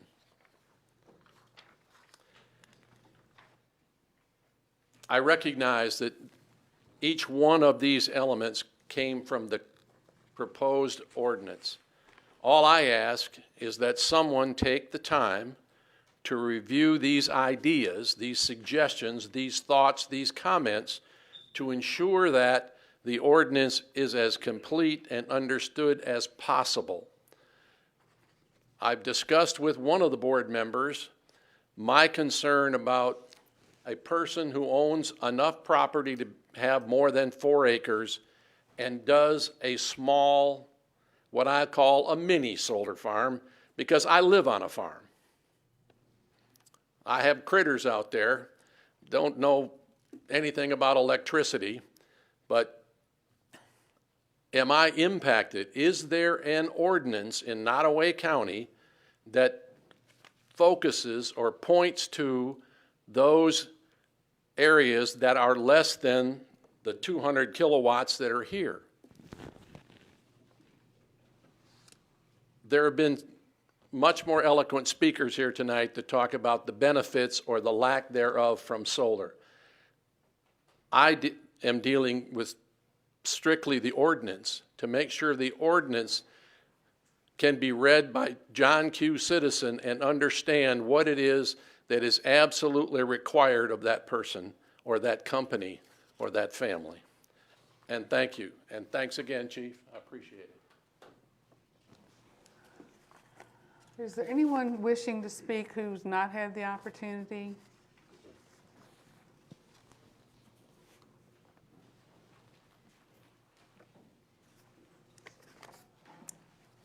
Thank you for the opportunity. My name is Sheila Mason. Whoops. You gotta bow it down. Well, okay, I'll go with it. I'm new to the county. Actually, I'm a new come-in-here person. My husband inherited some land along Carry Shop Road. It's a beautiful piece of property, as y'all might know, and it's abutted by the river, and it has a creek running through it. He and I were walking the land the other day to figure out where we wanted to build a house down here. And we went over and saw where they had denuded the property, the 2,300 acres that they have proposed. It looks devastated. It abuts our property as well as several others. And it's very sad to see and to think that that beautiful green land is going to turn to cement. Because what they have to do to build a facility is take the topsoil off. They put down concrete pads to put on these solar panels, and they kill all the plant vegetation in between so that they can go and service these as needed. And it's my understanding that when one of these panels is damaged, it cannot be taken off of the property because it's considered toxic waste, and it has to be buried on that property. So my plans or my dreams and my family's dreams are up in smoke right now because we don't want to build a house next to some place where we don't know what's going to happen, if it's going to contaminate the air, if it's going to cause problems with us obtaining TV, computers, that kind of thing. We had great plans to keep that land and do great things with it to help this community because, as you know, Doc Bo Godsey loved this community, and he did very much to help promote everything in this community, especially the people. So I hope that y'all really do reconsider having 2,300 acres of this land decimated, because once they put that concrete down and once they put that gravel down in between the concrete, what do you think happens with the rain? It abuts up to the river, and that property that we saw with our own eyes is slanted. It grades down to the river. That's going to create a river of toxic waste going into that river and traveling downstream. And from what I understand, that goes to Fort Pickett, and it goes to several communities that rely on that river for their water. So it's very disheartening. I'm not against green energy. I'm for it. I like the idea of these gentlemen here talking about having their small farms. That's good for their own purpose. But where does this energy go that this produces? Does it go to Nottoway County? I'm not sure. I'm new here. I don't know all those things. But I hope y'all are good stewards. And I hope you are upstanding people. And I hope you're not involved in any of the money that big government is putting out for this. Because as I look at some of these articles that I was given, one by John Jansen on January 1st, I recommend everybody go back and read that, because there's just so much waste and so much silt going to go into that river. It's going to ruin the whole beauty of this land. And we try to be green. Yes, that was green land before they are going to decimate it. Why not plant more trees or find another way to do this? Why not put solar energy into buildings, on top of buildings, where it's not going to cause all this disruption of a beautiful county and all of the things that people look forward to coming out here to enjoy the wildlife? I don't understand why people would want to do this, but I do understand to a degree, because when you look up this cherry timber, you try to look up who owns it, but as far as you get is London. You can't figure out who from there owns it. So it's not somebody around here that's going to benefit. It's going to be China. And what has China done for us lately? A great pandemic. That's been wonderful. Mason, I'm sorry. You All right. exceeded your 5 minutes. But thank y'all for listening. I hope y'all find a way to not do this or find a more sensible way. Thank you. Thank you.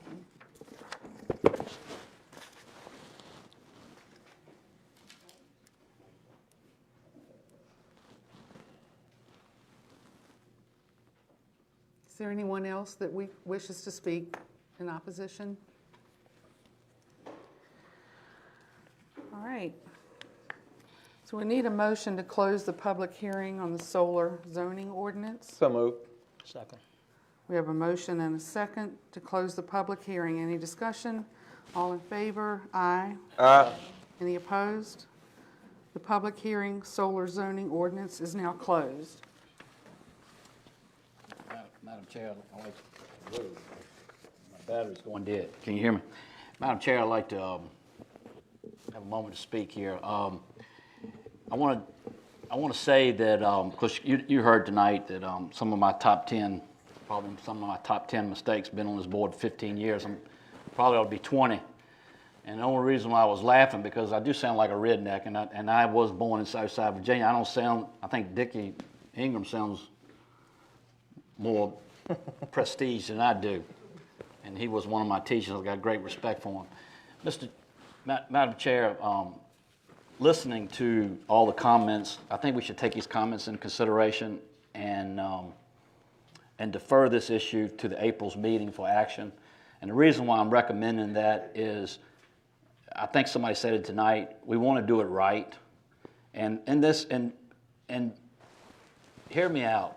I have made a lot of mistakes, but I've always tried to do the right thing as far as having government and how we should run it in an appropriate manner.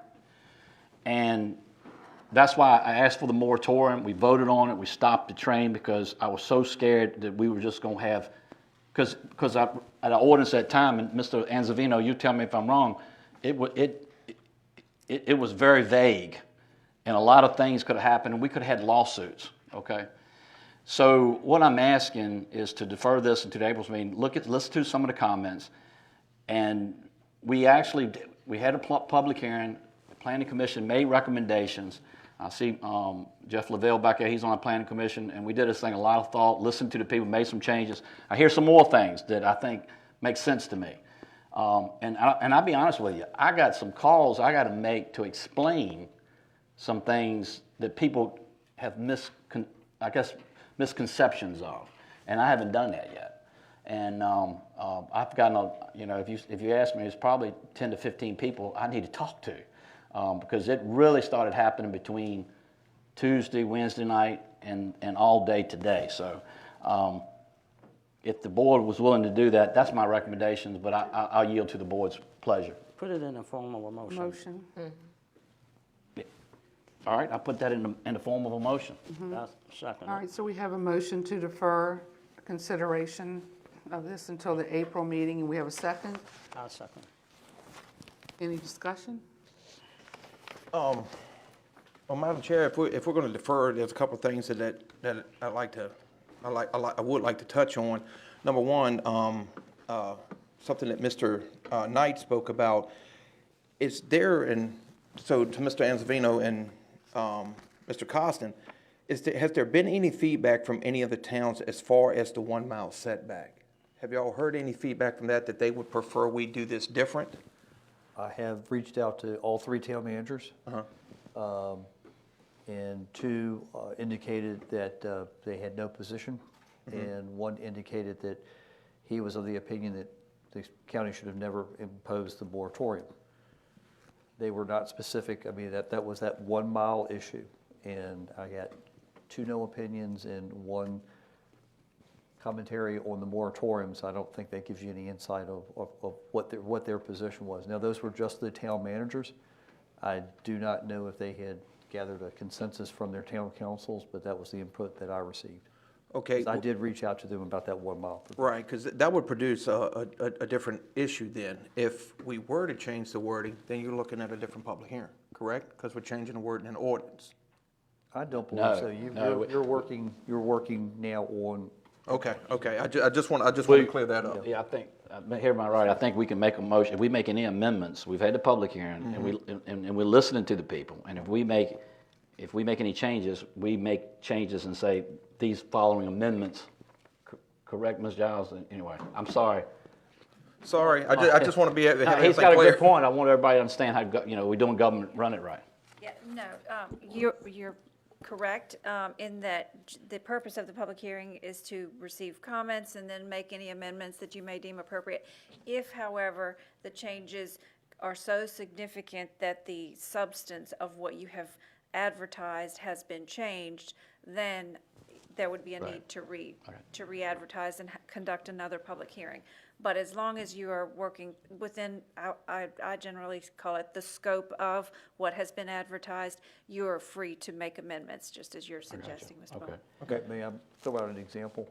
If you were to add another zoning district to the allowable zoning district, that would be a substantial change. Right, okay, all right. You're affecting a whole different part of the county. Right, I just want to make sure everybody understands, because some of these issues I learned about today, got a clear understanding. I was sharing that with you, Madam Chair, when we first got here. And I'm going to use some layman terms, guys. I'm not a college educated guy here, so I can break this down so I can understand it. That basically, the moratorium for 2019 really has no substance. It's not good. That if the county was challenged in court, that we would lose with that moratorium that's currently in place. Correct? Okay. So with that being said, it brings up other questions. So number one, for Mr. Anzavino, since and Mr. Anzavino, thank you so much for what you've done here. It's been wonderful. One of the first questions I would pose would be to him: is there anything we should change after hearing the public hearing? And that would be something for maybe him and Ted to get that substance on. The other thing is, it's such a tense issue. Just a question: should it go to a referendum? Just a question. Don't shoot me. Okay. All right. Mr. Brandon spoke about House Bill 206. That was the email that I sent out to the board with some concerns about that. And this is really a two-part thing, as I'm understanding this now. And please, Mr. Anzavino, board members, if I'm off tilt on this, let me know. This is really a two-part deal. The first thing is, because of the moratorium that's in place can be challenged and overturned relatively easily, that we're almost required to adopt this new ordinance to protect the county. That's part one. The second part would be for the citizens: do they want this here? Do we need to remove solar from our zoning? That's why I said it appears to be kind of a two-part issue. And that's the confusion that I've been getting. I even stated early in this process, when I met with Sol UNESCO, I met with, in comments to the newspaper, that we should be looking at areas where we can get revenue and stuff. And as the facts come in, that's a good thing I like about the United States. As the facts and data comes in, you have the right to change your mind. Now, we do need revenue, but we want to make sure we get it the right way. And just for part of this, my original thought was to leave the moratorium in place, allowing House Bill 206 to come into effect on January 1, 2025, because that actually essentially would give us another layer of protection. DEQ is involved. Right now, I think our ordinance is depending on the request, that DEQ would be involved at different times, but not required. House Bill 206 looks like it's another layer of protection for the county here moving forward, which means that you could revisit the moratorium if it was allowed to stay in place to 26 or 27 and see what the results are from their involvement in projects moving forward before we do anything. So I know I'm kind of all over the place about it, but it's been a million phone calls about this. So I want to get covered as best we can and have a clear understanding for the citizens.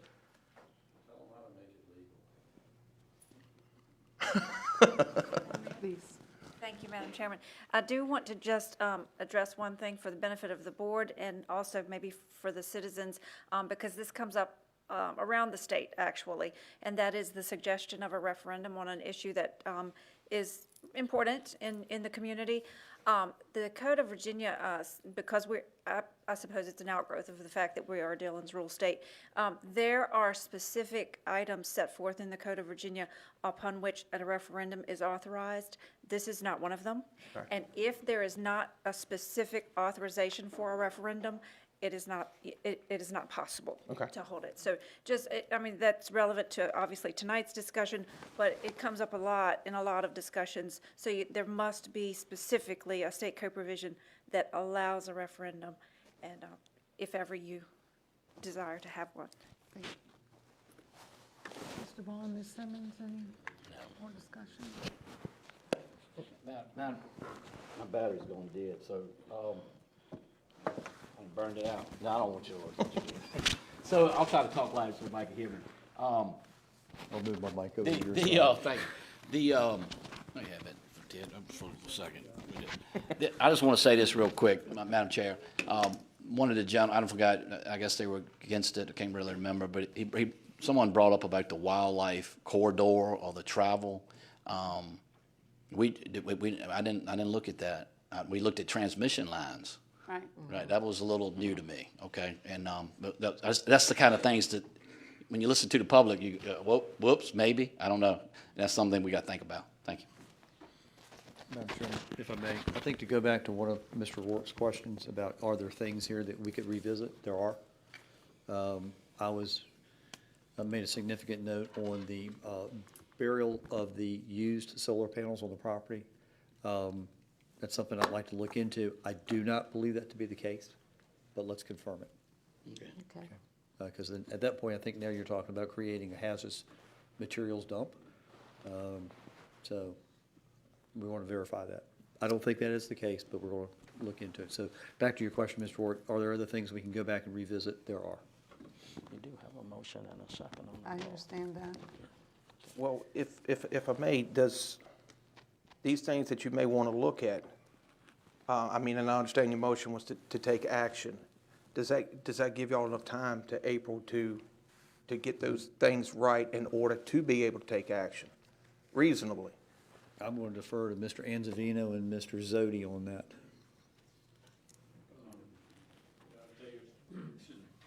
Taking copious notes on, the comments that have been made this evening, and some are very constructive. And I think working with Mr. Zodi, we can have something ready for the board's meeting in April. If not, we'll let you know. Okay. All right, so we have a motion and a second on the floor to defer consideration of this until the April meeting. All in favor, vote aye. Aye. Any opposed? Any abstaining? The motion to defer consideration of revisions to the renewable energy section of the zoning ordinance as stated by Mr. Boeing passes. Mr. Anzavino, we can continue with the other public hearings, even though they're related to this? Or? Madam Chair, I would recommend that since you've advertised the public hearings, Yes. you conduct the public hearings. And since the public hearings and the actions are all interrelated, that you defer actions on the next two ordinances to your April meeting, Okay. much like you have on the special exception permit. Concur. Will you provide an introduction for us on the solar revenue share topic?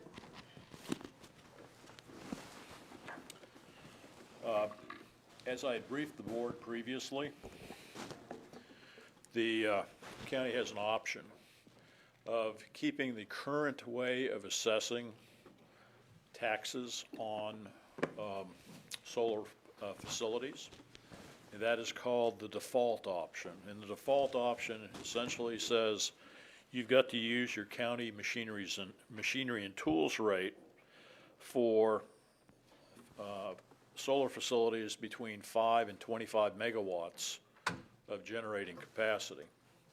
And the depreciation rates are set by the state. Excuse me. Yes, they're set by the state. On the 25 to 150 megawatt, State Corporation Commission is going to set the depreciation schedule as well. And it's what happens is they tend to revisit this every few years, and it's often a surprise to the communities that have to assess the taxes and collect the taxes that the depreciation schedule has changed. So in 2020, the General Assembly provided a second option, and it's called the revenue share option, and that's what we're recommending. That is based upon an assessment of $1,400 per megawatt generating capacity for each solar facility that is approved by the county. As I mentioned in one of our work sessions, and we had provided you with examples of a 1, a 91, and 150 megawatt facility, It showed that, the 150 megawatt facilities under the revenue share operation generated far more money than they did under the default option, and that it took a high number of very small solar generation facilities to come close to 150 megawatt facility from a revenue generating standpoint. Yet they require the same amount of time for review and for monitoring, and you're getting less, I guess you'd say, bang for your buck. Many of the counties that we've surveyed, Prince Edward, Cumberland, Buckingham, in this area have all adopted the revenue share option, and so we were recommending that. There is a model that has been developed by the State Department of Mines, Minerals, and Energy in concert with the University of Virginia that allows you to calculate what the revenues will be per facility, taking into account increased land use value under the solar panels, because it does increase because it becomes more intense use, as well as the depreciation schedules and the assessment of the $1,400 per megawatt. So, it's a much easier way to really figure out how much money you're going to be getting for a facility, and it also will be dependent upon the types of facilities that come to the county, would probably be a better investment in time, effort, and money in getting a return on investment for the for the solar facilities and the taxes that they pay. Thank you. All right, do we have a motion to open a public hearing relating to solar revenue share? Madam Chair, I will entertain a motion to open public hearing. All right. Second. We have a motion and a second to open the public hearing. All in favor? Aye. Aye. Any opposed? The motion passes. The public hearing for solar revenue share is now open. Is there anyone here who wishes to speak in support of amending the County Code of Ordinance to implement revenue share for solar energy projects? Mr. Reynolds? I just have a question for about the ordinance. With residential solar, there's something called a renewable energy credit that can be bought, sold, and traded across right now it's the eastern seaboard.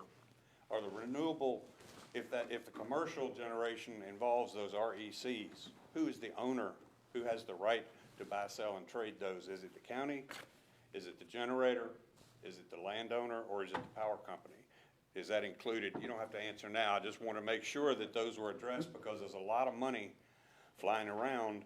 Some states on the eastern seaboard have regulations that say industry has to either buy credits from another state, or they have to go green and reduce their consumption in a certain way. That's really not a topic of this ordinance, but it's a good question from a residential standpoint. But I'd also note under the ordinance, the special exception ordinance, residential and small commercial generators and solar power are exempted from all the criteria other than getting a building permit and a zoning permit.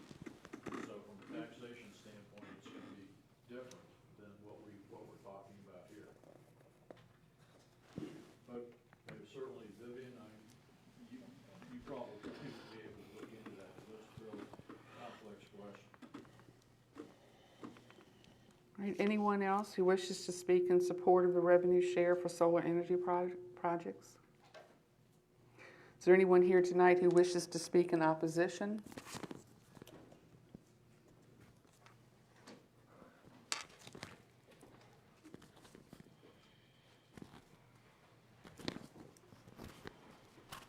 I just want to make a quick comment. I don't know that this is in favor or against. I just wanted to mention that the revenue shares that you have now indicate various sizes of solar, and it does not indicate 5 megawatts or less, one of the things that I was looking at. And right now, I believe that Senate Bill 502 and House Bill 1087 have passed through Virginia House and Senate, and those are for revenue share or taxes that can be applied to solar farms that are 5 megawatts and below. I don't know that it's been signed into law by Governor Youngkin yet, but it's something to watch out for and something that I will try to keep this board and county updated on as it passes, because that's another revenue share for the county that I think would be great for the county to utilize. So, on the same general topic, but not exactly. So. Thank you. Anyone else who would like to speak in opposition to amending the county code of ordinance to implement revenue share for solar energy project? All right, do we have a motion to close the public hearing? So moved. Second. We have a motion and a second to close the public hearing. All in favor, vote aye. Aye. Any opposed? The public hearing for solar revenue share is closed. Madam Chair, I'd like to make a motion to defer any decision on the solar revenue sharing to a later date. All right, we have a motion to defer. Second. We have a motion and a second to defer consideration of solar revenue share until the April meeting. Any discussion? All in favor, vote aye. Aye. Any opposed? Motion to defer passes. All right, Mr. Anzavino, will you provide an introduction for the next topic, solar fees?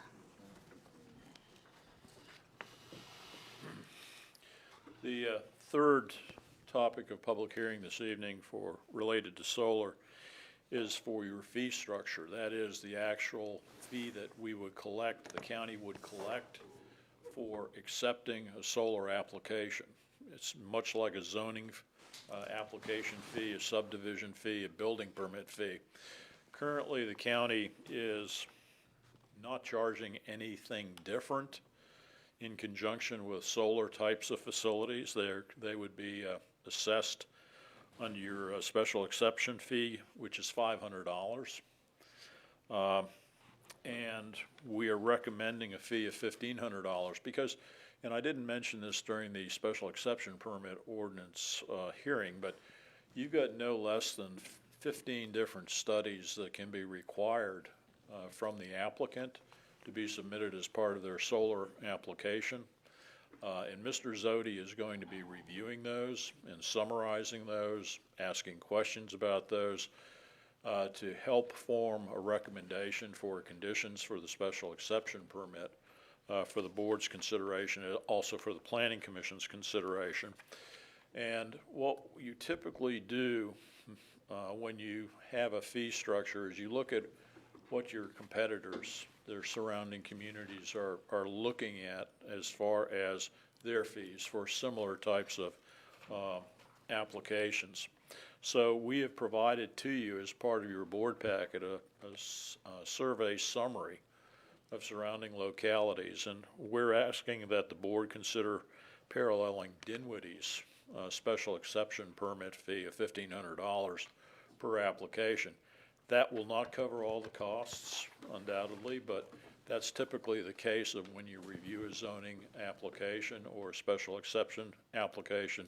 They're not profit margin, or they don't generate profit for the community, but you want to generate as much support as you can for the review of that application. So we would recommend that, but recognizing again that this is relying upon adoption of your first two ordinances, or actually your first ordinance, we would recommend deferral of this as well. Mr. Anzavino, was the $1,500 application fee applicable to just the large-scale solar and the battery energy storage facilities? Were small-scale facilities excluded from that? The small scale are fairly intense as far as review goes as well. Okay. We are recommending $1,500 across the board. Okay. Now, this does not, and I want to make it clear, affect a single-use residential or commercial connection. It's only for small-scale and large-scale solar facilities as defined in the ordinance. Thank you. So do we have a motion to open a public hearing relating to solar fees? So moved. Second. All right, we have a motion and a second to open the public hearing. All in favor, vote aye. Aye. Aye. Any opposed? The motion passes. The public hearing is now open. Is there anyone here who wish to speak in favor of the $1,500 special exception application fee? Anyone who would wish to speak in opposition? Oh, Mr. Abbott? Madam Chair, it's neither in favor or opposed, it's just a question. What conditions or situations arise when a small-scale farm that was approved as a small-scale farm expands to become a large, or wants to become a large scale, or the opposite happens when a large-scale farm decides to become a small-scale farm? How is that impacted in any of the three ordinances? Thank you. Anyone else wish to comment? Do we have a motion to close the public hearing? So move. Second. We have a motion and a second to close the public hearing. All in favor? Aye. Aye. Any opposed? The public hearing for solar fees is closed. I make a motion, we defer this issue to April's meeting for action. Second. We have a motion and a second. Any discussion? All right, all in favor? Aye. Any opposed? All right, the motion passes and consideration of solar fees is deferred until April. All right, so we're going to move on next to a special exception request, duplex Frankie Williamson. Mr. Greg Zodi, the county's Director of Planning and Economic Development, is with us. And Mr. Zodi, will you provide an introduction for us? Yes, ma'am. What's before you is a request to construct a duplex in agricultural zoning district, tax map number 35-65D. It's zoned agricultural, and the site contains 5 acres. I do want to note under the background section, it's not the Saunders Volunteer Fire Department. I was so proud of my creating this report, I forgot to leave out the, forgot to remove that, so do forgive me. And I'd also want to note in the exhibits and the location maps that I erroneously put 3.7 acres, and I still can't figure out how I got from 5 acres to 3.7 acres. I'm not doing the takings, Mr. Williamson, trust me. But what we have is, again, a request for a duplex in a residential area. Greg, excuse me. That door needs to be kept open. Can someone prop that door open for us, please? The board cannot meet up behind closed doors. So that door needs to be kept open. Thank you. I apologize. No, I didn't. I learned something new today. So this site, again, is in the agricultural zoning district, and there is some language in the comprehensive plan about expanding, not expanding the residential uses. But we already have a pre-developed condition in this general area where it is residential, and you do have agriculture, but this would not be encroaching into that because that pattern has already been established. And I would note that the housing section of the comprehensive plan does encourage, it says to encourage housing in areas that would not negatively impact the county's natural resources, and that this site is free of any vulnerable land use issues like floodplain or what have you, sinkholes or anything. Staff does recommend, as well as the Planning Commission, approval for this with 3 conditions. And if it pleases the board, I'd like to go over those conditions very quickly. And I back up, apologies. I did have one property owner wanted to register just he did not like this, and it was basically because he was a neighbor and he just moved to the area for the tranquility, and he felt that a duplex would disrupt that tranquility. So I do have that, and I want to give that to the board members.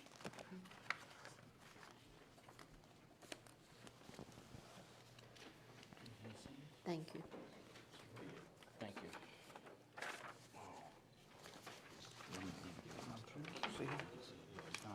Mr. Work, how could you want, because I think, okay. Yeah, I got mine. Okay. Right there.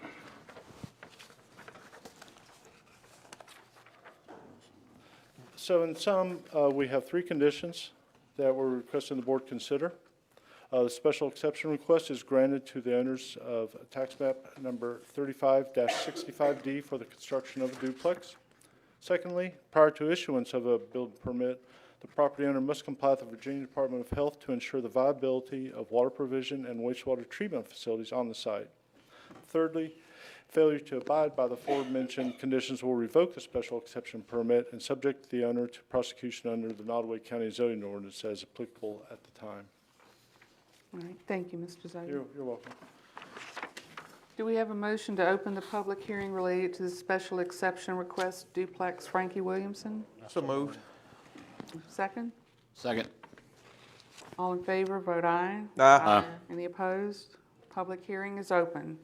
Is there anyone here this evening who wishes to speak in support of this special exception request?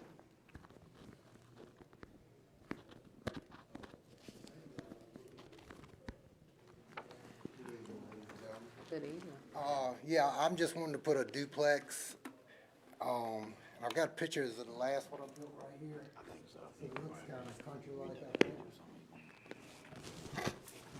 It would only take in 4 bedrooms, being a duplex, where you could build a house. Where you could build a house with 6 or 7 bedrooms in the same space. So that's all I'm asking. You want this back, Frankie? Just keep for the record. Any questions? Is there anything else? Any questions for Mr. Williamson? Yes, ma'am. Oh, Ms. Williams, if you don't mind, I don't have it for some reason in here, so I'm just getting this information now, but how far is this from the existing house? From an existing house? I'm sorry, from Mr. Tucker's residence. Oh, it's almost across the street from him. He's on the opposite side of the road. Oh, he's on the opposite side of the road. Okay. All right. Thanks. Okay. Yes. Thank you. Is there anyone here who wishes to speak in opposition to this special exception request? All right, do we have a motion to close the public hearing? So moved. Second? Second. We have a motion and a second. All in favor? Aye. Aye. Any opposed? The public hearing is closed. Do we have a motion relating to staff's recommendation to approve the special exception request to construct a duplex on tax map 35-64 in accordance with the conditions set forth in the enclosed memorandum from Mr. Zodi? I so move. All right. We have a motion and a second. We have a motion and a second. Any discussion? Yes, ma'am. Should the motion say that with the noted conditions? I did. It said Okay. in accordance with the conditions set Oh, I'm forth. sorry. I'm sorry. One other discussion, point of clarification. I recognized one of our planning commission members here, and Jeff Lavelle, and also for complete transparency to the public, Frankie Williamson is also on the planning commission, and he abstained from the voting. Okay, I just want to clarify that. All right, any more discussion? All right, we have a motion and a second. All in favor, vote aye. Aye. Any opposed? The motion passes. The special exception request from Mr. Williamson is approved. All right, finally, final item under public hearings is school budget adjustment. Ms. Marsha Martin, Director of Instruction Grants Technology with Nottaway Public School System, joins us this evening. Welcome, Ms. Martin. Will you provide us with an introduction on this budget adjustment? Yes, ma'am. Good evening, Madam Chair, members of the board, and Mr. Costin. My name is Marsha Martin, and I serve as the Director of Instruction Grants and Technology for the school division. This evening, I'm representing the school division, and I hope to provide you some clarification regarding our grants that we have in the school division. I believe in your packet this evening, you have a hard copy of some general grant information that we provided for reference for you. I'm going to provide you with some of the highlights of our grant funding. One of the most important things to remember is that many of our grants are federal grants, and they run on a completely different fiscal year. Federal fiscal year, of course, runs from October to September, which does not correspond to our fiscal year of July to June. This will always create a carryover adjustment, as you often see in many of our requests. In addition, once final allocations are announced, often mid-October or a little bit later, we could be awarded an increase and have to request a carryover amount due to the award being different than what we originally had asked for. Grants have varying life cycles as well, which lead to carryover requests. We anticipate that we may spend a certain amount of funding, and we often estimate an initial carryover, but these are estimates and not actuals, of course. Many of our grants have a clause of the tidings amendment, which allows for the extension of grant funds for an extra year. The majority of our grants you typically see are our entitlement grants, such as Title I, Title II, Title III, Title IVA, and Title V. We are awarded these yearly through an application process. All of these grants have the provision of supplement versus supplant. And when you think about that, I often describe it as an ice cream bowl. The local funding and the state funding is the ice cream. The entitlement funds are the sprinkles we place on top to enhance our practices within the school division. This funding has to go beyond what is required of the basic standards of quality. For example, the reading teachers at each of our schools provide support beyond the classroom teacher. These individuals are paid through title funding. They are not required for us to have them. Another important piece to note is that grants are extremely specific and can be only used for the intended purpose. Our grant funds are not provided up front to the school division, as other entities get their money up front. We do not get our money up front. We work through a reimbursement process with the state. Once we purchase and pay for items, we then can request the reimbursement. In order to meet deadline and receive reimbursements in the correct fiscal year, we typically have to stop grant spending in April to make sure that we get everything processed on our end, send it to the county's end, so that we can then send it to the state and get our money back for it. And so that we can get this back by the end of June and have the money credited in the right year. The state does request all reimbursements around the 1st of June if you do want to receive your funds back before June 30th. Salaries work a little bit different, of course. We cannot stop paying individuals, and salaries cannot be encumbered until they actually occur. So that is one of the things that we don't stop in April, and I'm sure that people would not want us to stop that in April. All of our grants required a needs assessment to be conducted based on a variety of data points within the school division. The majority of our other grants are competitive, and here recently are pandemic funding, and some of those have been competitive, such as the one that you have before you this evening. It's a competitive grant. These grants could be for 1 year or multiple years, depending on the terms of the grant. In order to begin accessing funds, we must accept the funds at one time, not in partial amounts, which is another reason why you often see some carryover adjustments because of the term limits on them. Again, these are reimbursable grants. Very few of our grants are provided with upfront funding. If it is a 3-year renewable grant, these are allocated in our proposed budget presented to the Board of Supervisors. An example is our 21st Century grants. The fiscal year 23 budget that you will get will have a grant amount already included in it because we already know what those funds are going to be up front. It was a 3-year renewable grant for the same amount, so we know what they're going to be up front. And we're set to receive the same amount of funding next year. Now, the big ones that you've seen recently are set division allocations, and others we have applied for competitively, such as this one that I'm going to talk about now. These funds do not have a supplement versus supplant provision, which does provide a little bit greater flexibility for us, but must be used for what's written in the application. It is important to note that one of the biggest ones we just received, which was the ESSER 3, which was roughly $6 million, has some some special caveats attached to it. 20% must be spent on instruction, local funding cannot be reduced, and maintenance of equity to schools within the division cannot be changed. So for example, if the school division last year allocated $10,000 to Blackstone Primary School, when we accept those funds, we agree that we will not give them any less than the amount that we gave them last year. Pandemic funds have allowed us to make upgrades within the school division, employ temporary positions, which we typically are not able to fund through our normal budget. Again, the grant you have before you this evening, the big part of it is called Unfinished Learning 3. This was a competitive grant that will provide the following and can only be used for the following. Night school teachers, which is an alternative program we wish to start for our upcoming school year. Instructional assistants to be added at the middle school and the high school to support small groups and provide greater support in the classroom. And then to provide supplemental pay to bus drivers to provide transportation for night school or evening programs. It ties in family engagement to increase communication with our families. These ideas have come from increasing dropout rate amongst our students and a decreasing graduation rate in Nottoway County. We know that a student that fails 9th grade is at an increased risk of dropping out of high school. Our goal is to provide alternative learning for those students. This grant will provide a service for students also, 24/7 tutoring support, which will give them access to tutoring from teachers on nights, weekends, breaks, on the bus to a game somewhere, any of those opportunities this grant will provide for them. It will allow us to contract services with a private vendor to support small group instruction with additional licensed teachers within the middle and the high school. It also will allow for us to purchase at-home math and literacy kits for students in grades 5 through 8. These bags will have manipulatives and materials for students to use when completing work at home or for collaboration between their student and their family. We recently distributed similar ones for K through 4. And finally, it will allow for the purchase of materials to help facilitate additional learning opportunities during night school. We know our children have suffered greatly during the pandemic, and our goal has been to look for alternative ways to support their learning. So I hope this provides you with a picture of clarity of why and how grants are important to the school division.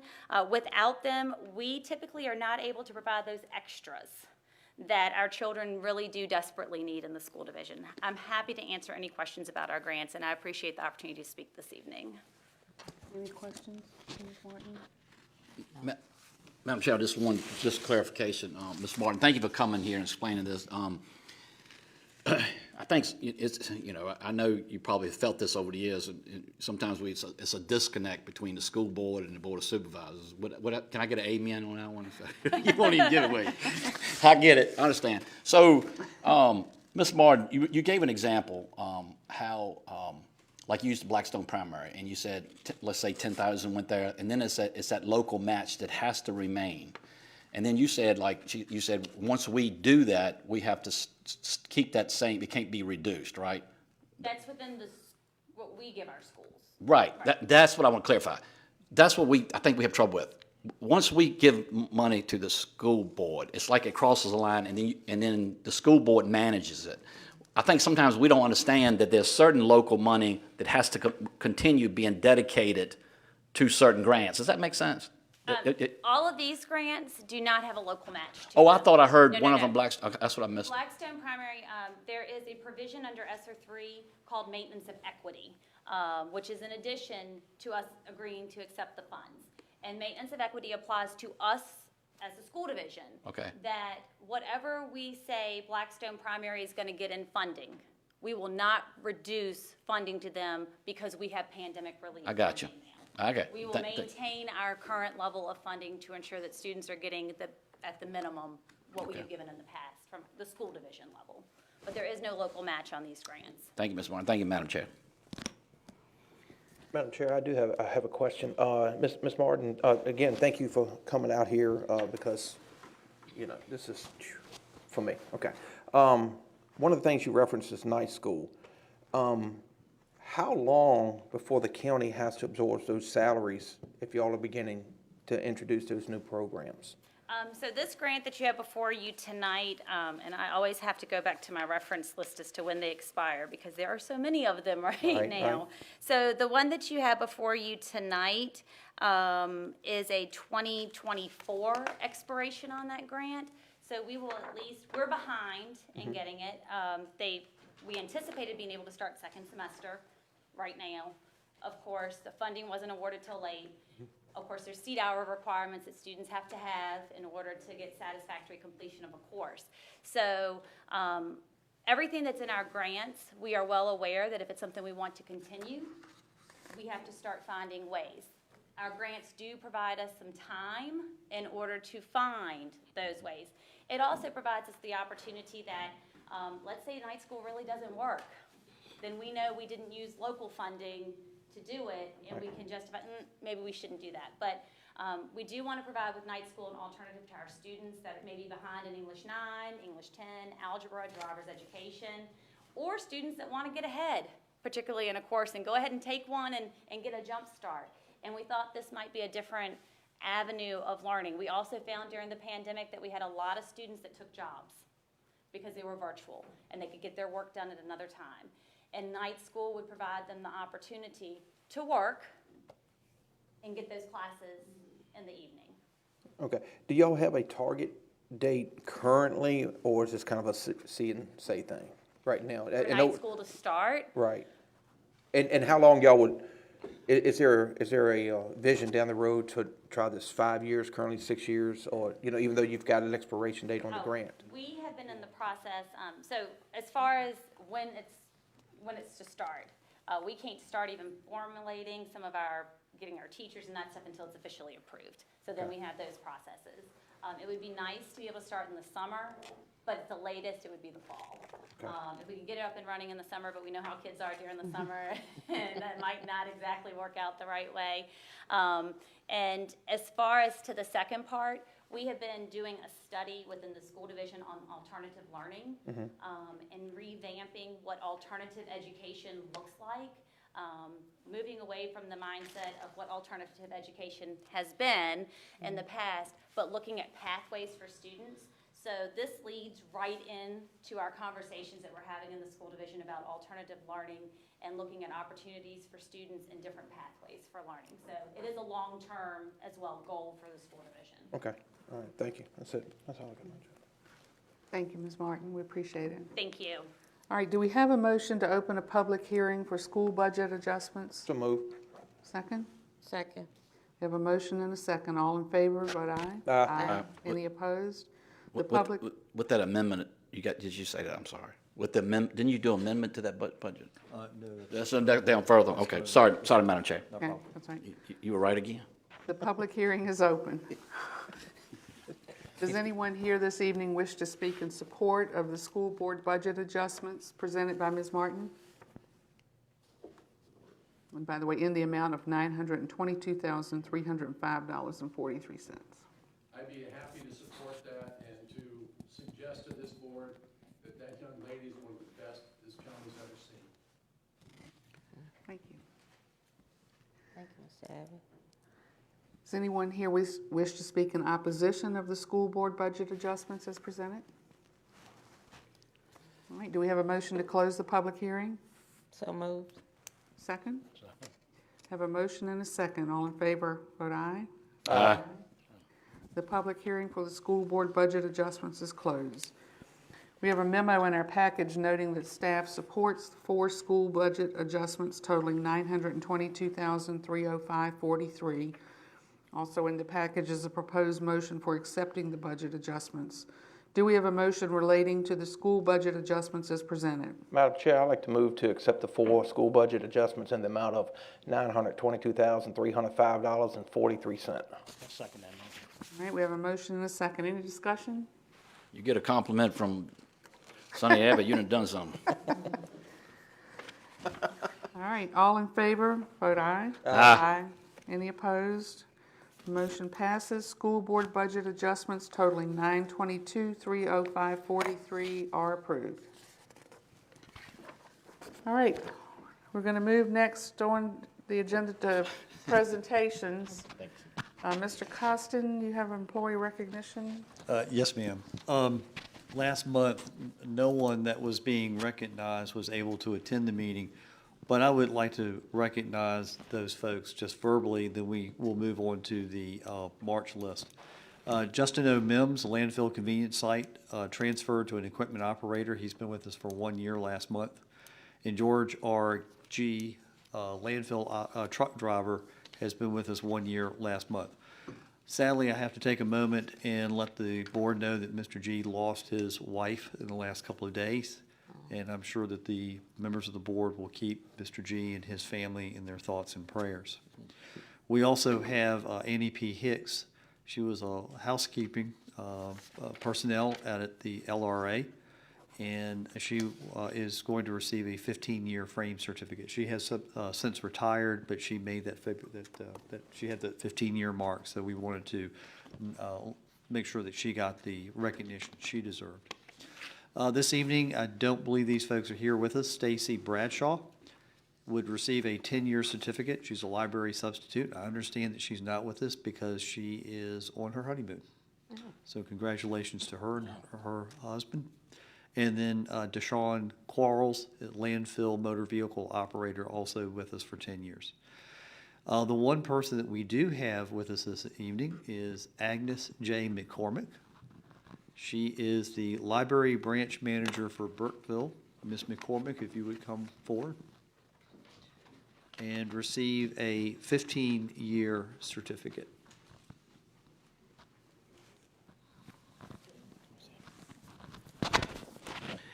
Madam Chair, just a comment about Ms. McCormick. anyway, people don't realize this, but Ms. McCormick was our HR director at Piedmont for years, and she hired me at Piedmont. So, anyway, yeah, thank you, Agnes. I'll take it as a compliment. Congratulations to you two. This is a certificate of appreciation issued by the County of Nottoway, presented to Agnes J. McCormick in recognition of 15 years of service to the County of Nottoway and its citizens as branch manager for Burkeville Library, issued the 17th day of March 2022. Congratulations, Ms. McCormick. Yeah.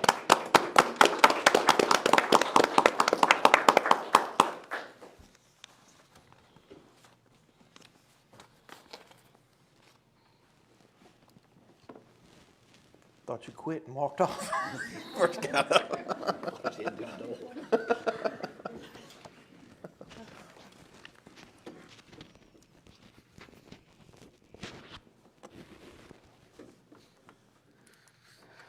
All right, so next on the agenda, Commonwealth Regional Council. We have Melody Foster, Executive Director of Commonwealth Regional Council. Melody, thank you for being here. I'm here tonight to present a membership refund check to the county. But first, I wanted to give an update of the Commonwealth Regional Council services. This past year, we've been very busy. The past fiscal year, the CRC brought in $2,084,750 in grant funds for the entire region. Of this total, Nottoway County received $202,871. The types of projects that were funded over this past year were broadband expansion, and I believe Ms. Martin's already left, but one of the projects we worked on was with the school system for some of the CARES Act funds that were specific to broadband. Nottoway County got some of those funds, and the schools got some of the funds as well to use for hotspots. So that was some of the projects. The Blackstone Fire Department, some equipment from the COVID supplemental funds, and then also Tobacco Commission funds for the Blackstone VUMAC renovation. Also this year, from July 1st just until now, the county has received $904,586 in local funds. So the county has really come a long ways in this current fiscal year. And Blackstone really has reaped the benefits of the majority of those funds. Adaptive reuse for the VUMAC Center, redevelopment of the Harris Memorial Armor Center, and Nottoway Rescue Squad were the funds so far this year. So as you can see, a lot has been done over this past year. I also want to mention, of course, that most people think of us with grant funding, that we work on grant projects, but we also do other things like work on comprehensive plans, which you're very familiar with that. We're currently assisting you on that. And then, of course, on redistricting. We've been helping, a lot with that, and I believe you're finally complete and have, I'm not familiar, have you approved your plan and already gone through your public hearings? I'll address that. We're drafting up the meets and bounds description Okay. now. Mr. Zodi, Ms. Kelly, and Ms. Tucker are working on that. And once we have that, it'll go into review. We got a little bit of a reprieve from our legal counsel, and that made our registrar very happy. So that's our status. Well, great. I think that had been, I'm sure all of you were involved in that, and I think that was a really good process that we went through there. Hope we were very helpful. And then one other thing we've been tasked with this year is in helping to create a new regional economic development organization for our planning district footprint. As you know, many of the localities in our footprint were previous members of the Virginia's Growth Alliance. 5 of the 7 had pulled out. So last August, we were requested by Prince Edward County to the commission that we look at creating a new regional economic development organization. And so we've been tasked with that and have been working on that since August. I know Mr. Bellman's been involved in the meetings. We've had several meetings. We've also involved staff from the Go Virginia region who've been assisting us in putting together a concept paper, and I believe I've handed that out to you tonight. That was done in January. But out of those meetings, we had several meetings where we gathered input from our council members and the county administrators, town staff. One of the things that kind of rose to the top, we even reached out to some other regional economic development organizations, was the fact that we have Longwood University in our footprint. And there's some other regional organizations that have leveraged public universities for their regional organizations. So we were tasked with now going to talk to the president, President Reevely at Longwood University, to see if they would be willing to partner with this new organization if it was created.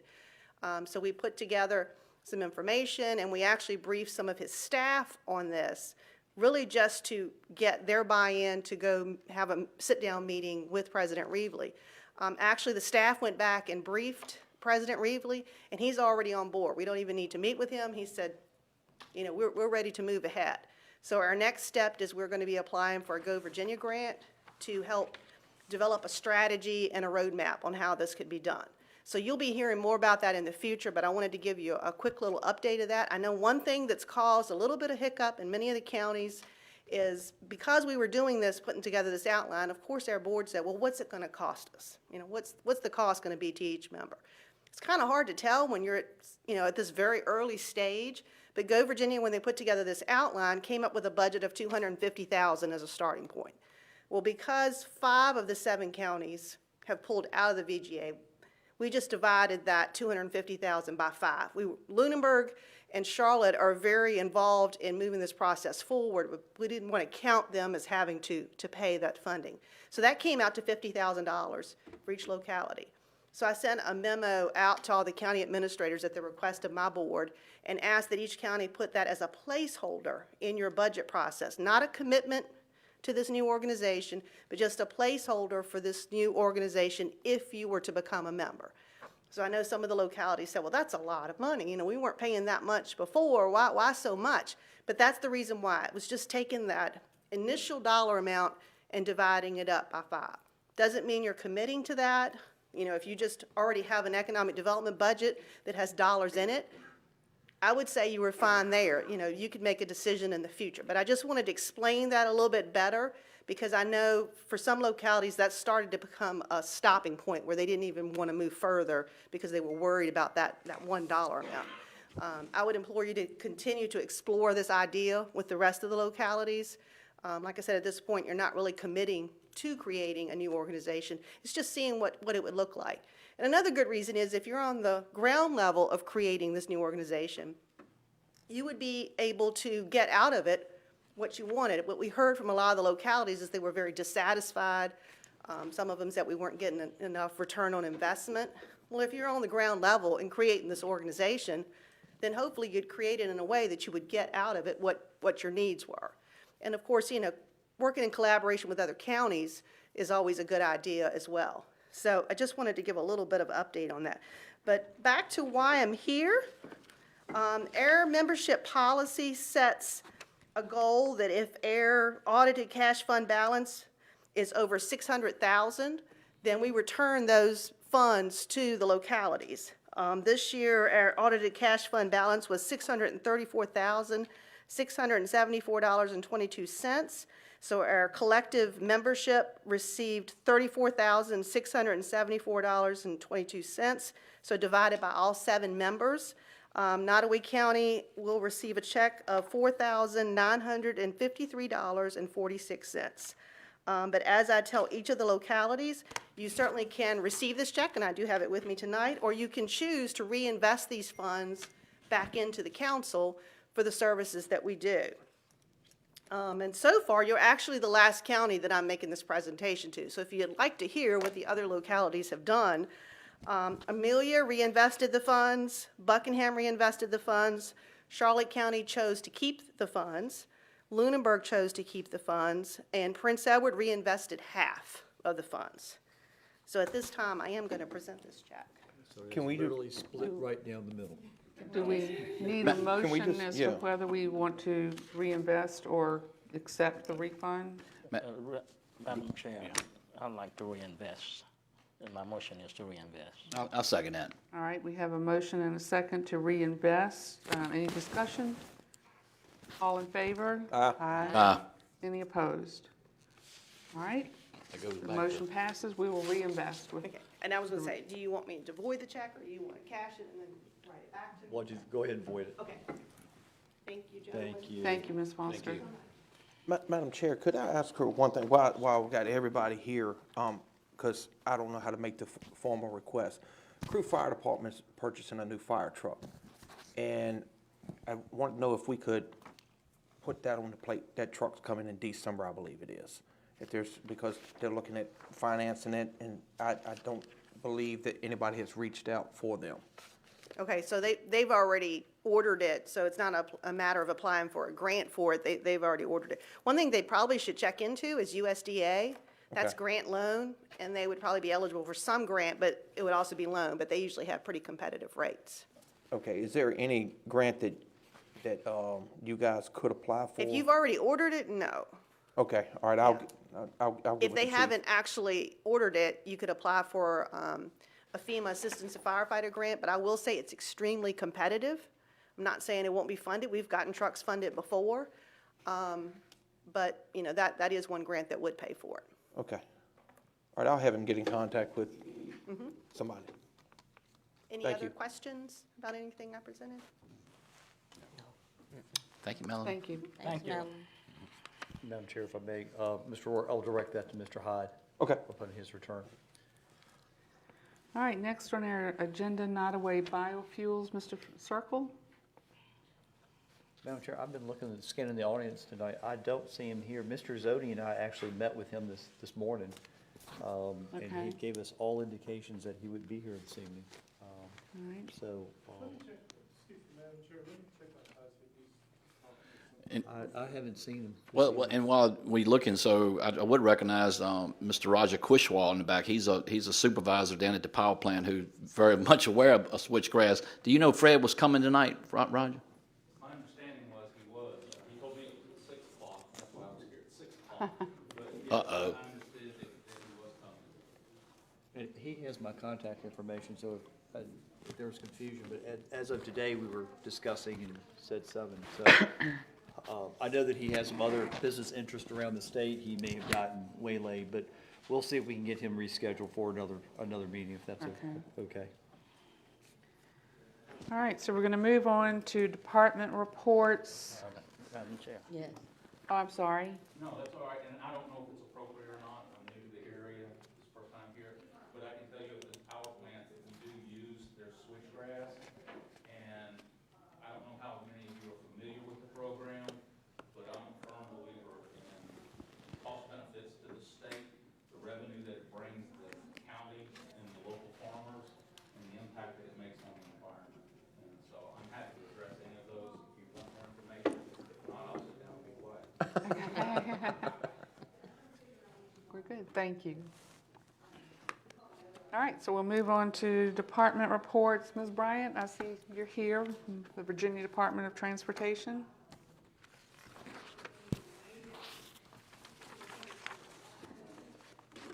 Took a long time to get the VDOT to this time. This is a record, I think.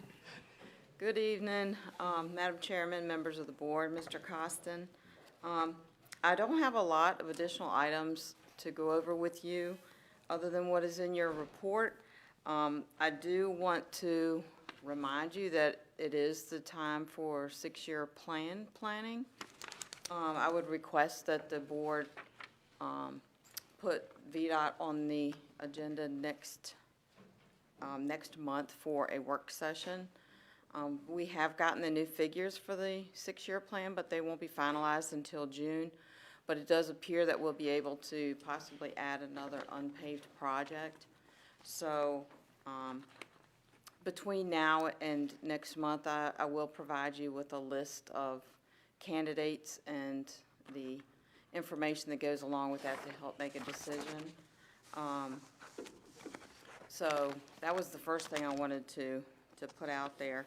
I did want to let you all know that currently we're doing a lot of patching. We seem to be getting a lot of inquiries on the hideous asphalt that we're putting down, but it's actually patching in preparation of slurry seal to go over top of that. So, and the 2-week look-aheads that I send out to the board, you're welcome to share those with anybody that you would like. I try to make sure that all of the county, the sheriff's office, the schools know where we're going to be working at. And that's all based on weather, but It's been nice getting those, by the way, thank you. yes, ma'am, you're welcome. So we usually get them once a week, but I don't get them at the same time, so that's why you're probably getting four different ones, so, yes, Mr. Vaughn. Poplar Lawn Road, as you go in that curve, it's a big hole there. Could you check that out, please? Poplar Lawn, Yes.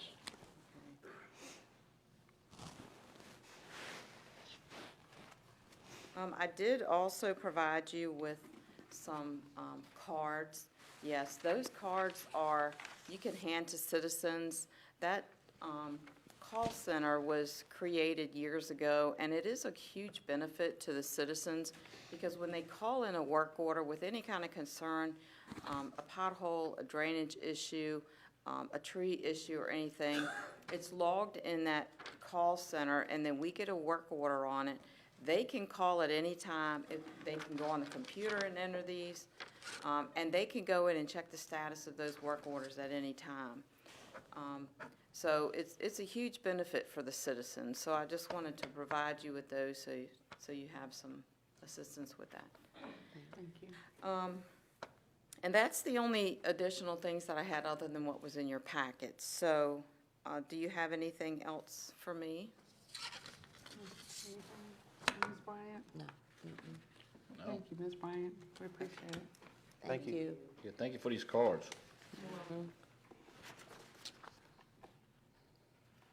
Mr. Zodi, did you wish to speak to anything in your report tonight? And I'll be brief as normal. I'm not going to make any puns tonight.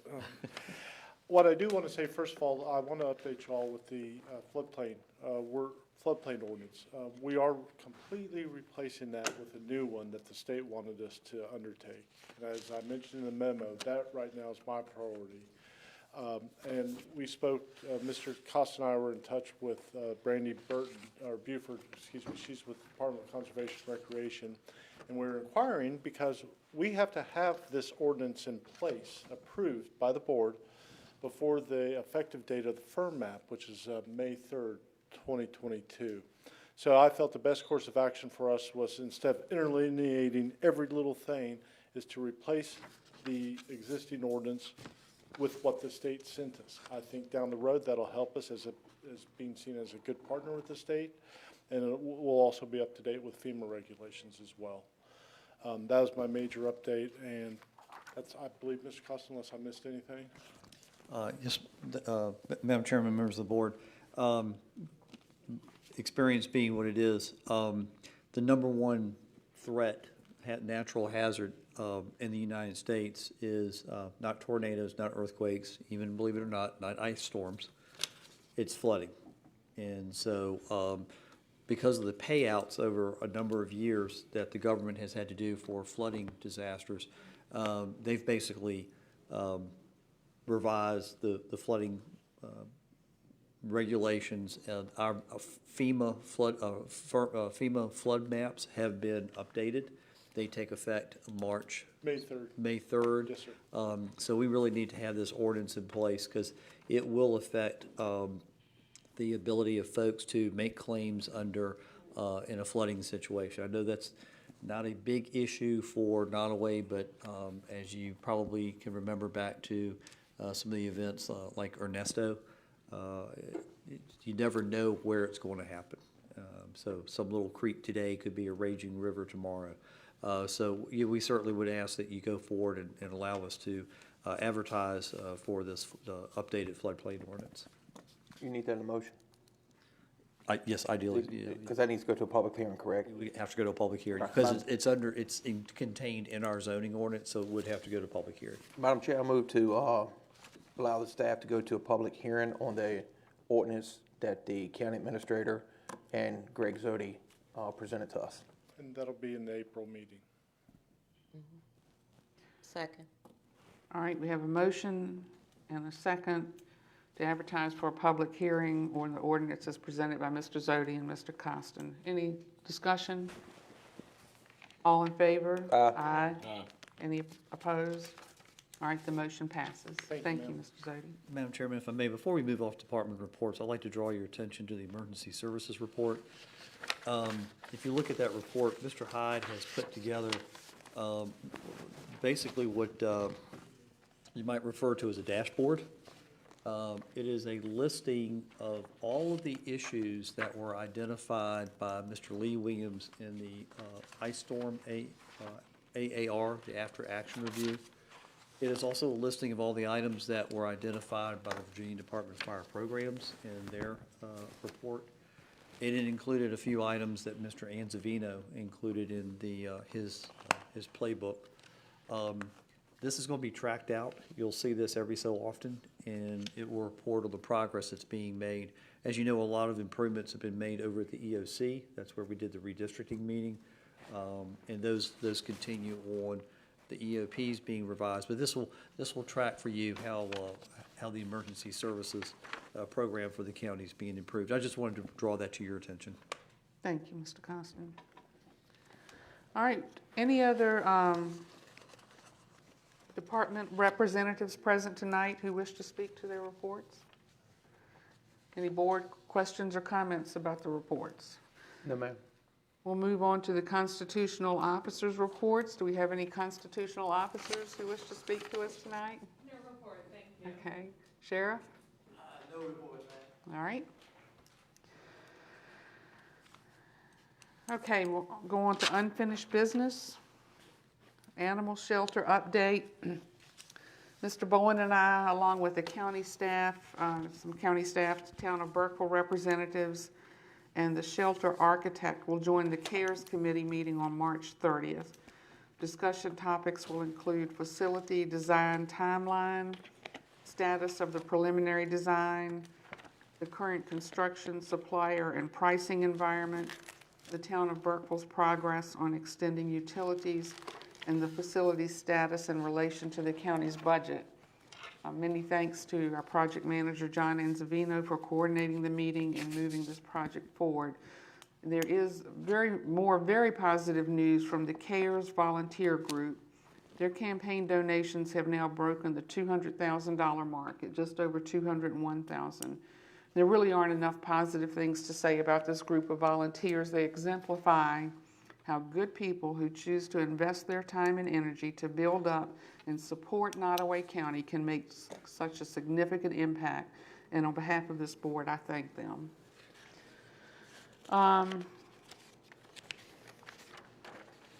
Mr. Bowen, have you got a comprehensive plan update? Just real quick, we met 6 o'clock Tuesday night right before the Planning Commission meeting. We reviewed the zoning maps, and Greg wants to butt in. I think we reviewed the zoning maps to make sure it coincides with the comp plan, pretty much. And one thing that came out of there from some of the members wanted to make sure our comp plan doesn't contradict anything with the town's comp plan. So that's going to be in the next step to kind of send them out just to make sure everything's okay with that. So that's it. But we're still moving forward. Mr. Constant, do you want to speak to the tax sale? Yes, ma'am, thank you. You all deferred this matter. We have a delinquent piece of property that was put up for auction. There's a bid. The question is whether or not to go back and see if we can get it higher. You have a report from the treasurer, Ms. Myatt, that recommends just accepting the one that you have before you now. Staff went ahead and have added a aerial photograph so you can see the subject piece of property, as well as what the record is with the Commissioner of Revenue. It's noted in my staff report that we do recommend you could just go ahead and accept this most recent bid and not put it back out for re-auction. Do we have a motion to approve the treasurer's recommendation, accept the $1,100 bid on the parcel of real property identified as tax map 50A25-11418? So moved. Do we have a second? Second. Any discussion? All in favor? Aye. Aye. Any opposed? Ted's trying to share his microphone here. The motion passes. We'll accept the $1,100 bid on real property previously identified. Mr. Costin, any more comments on the redistricting? Just to be clear, it's in my staff report. We've received an opinion from the council, legal counsel, that because the next voting activity is a statewide primary, the designation of the districts, the designation of the precincts, we're not in a rush to get those changed before that.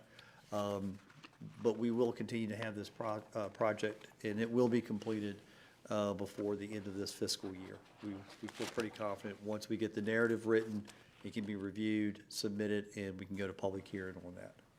And it reflects the work that was done by the board as the redistricting committee with the other members, the other ex officio members.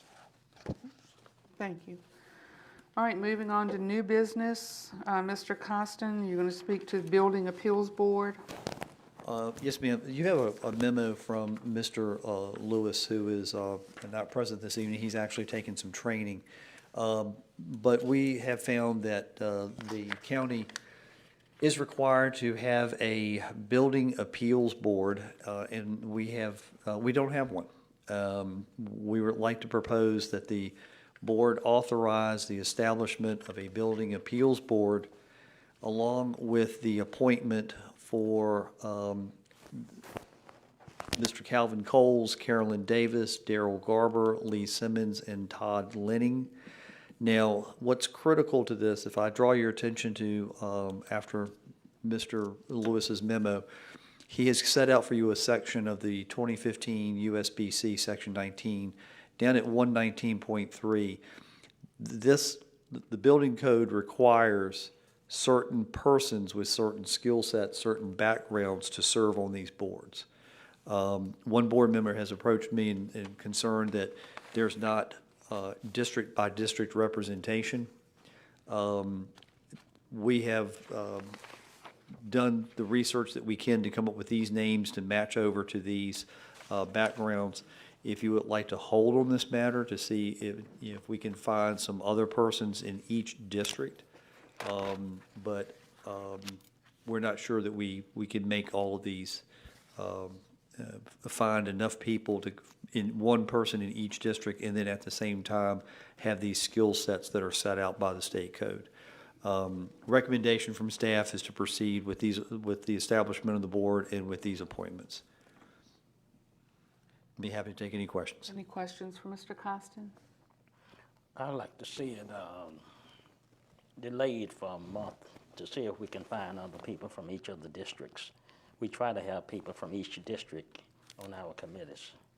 You want to put that in the form of a motion? That's all. Do we need a motion on that? You putting that in the form of a motion? Yes. I'll second that motion.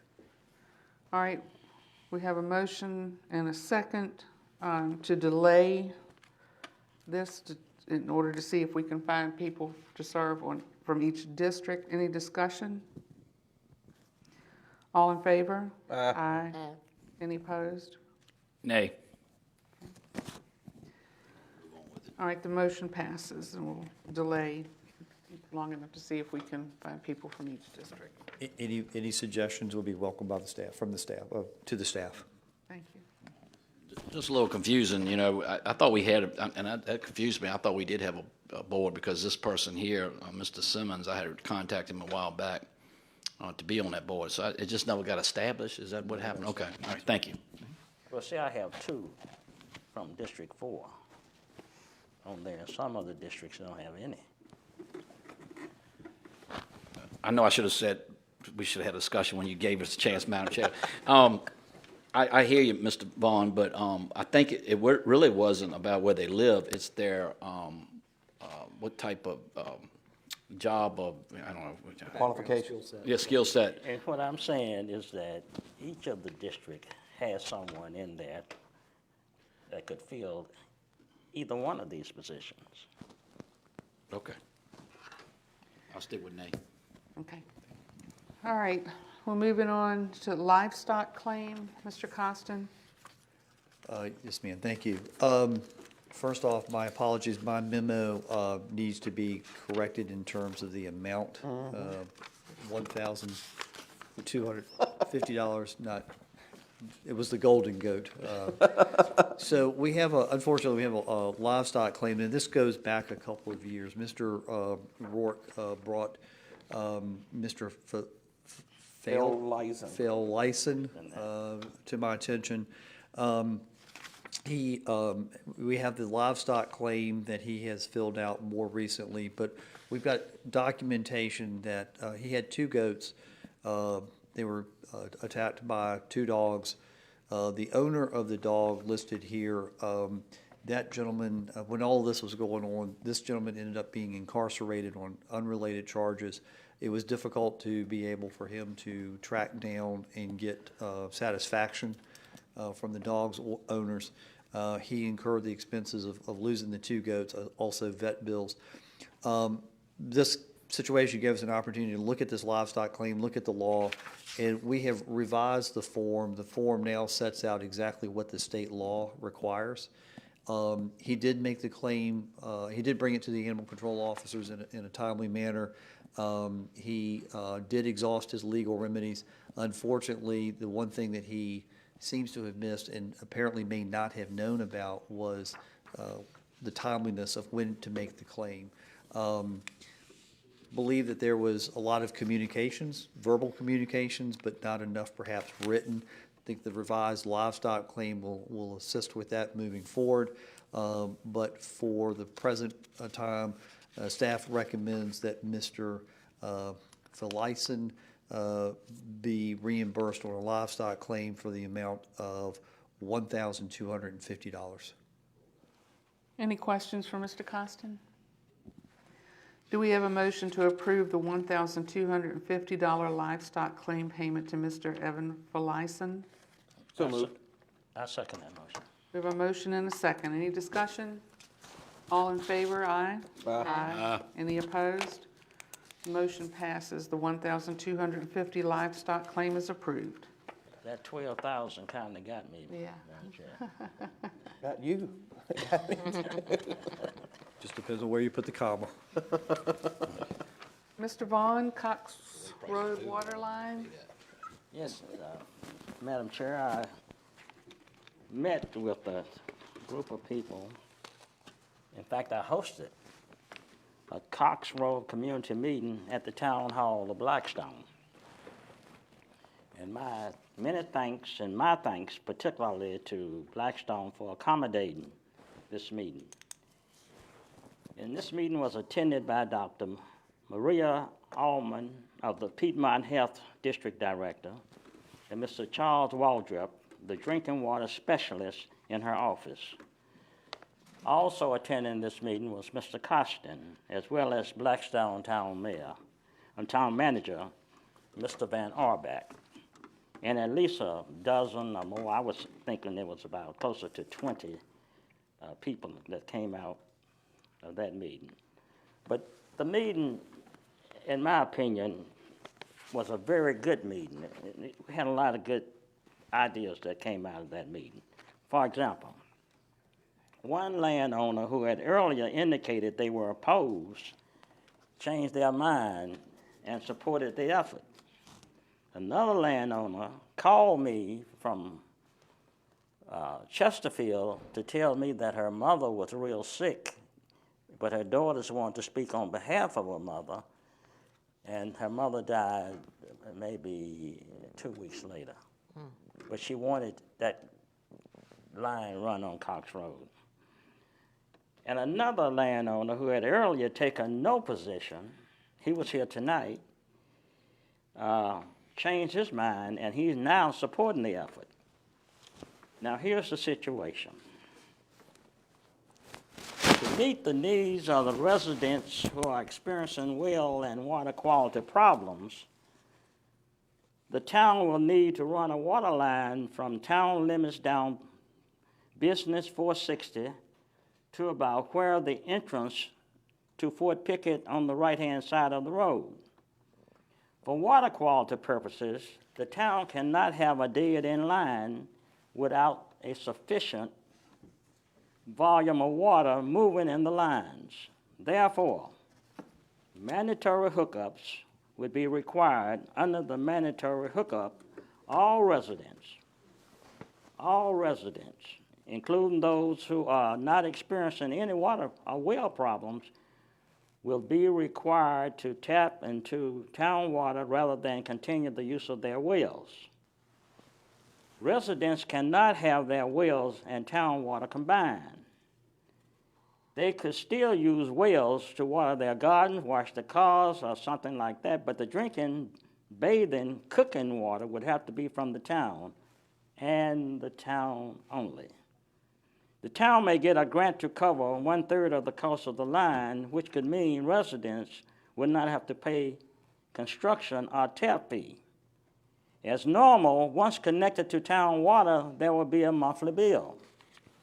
Now, having said that, there's the portion of Business 460 beyond the entrance of Pickett.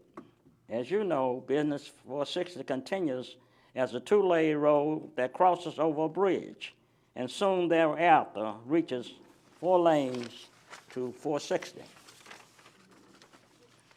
About 2 months ago, there was a young man here who presented who will be using one of the sawmills. There are 2 sawmills, one on the right and one on the left.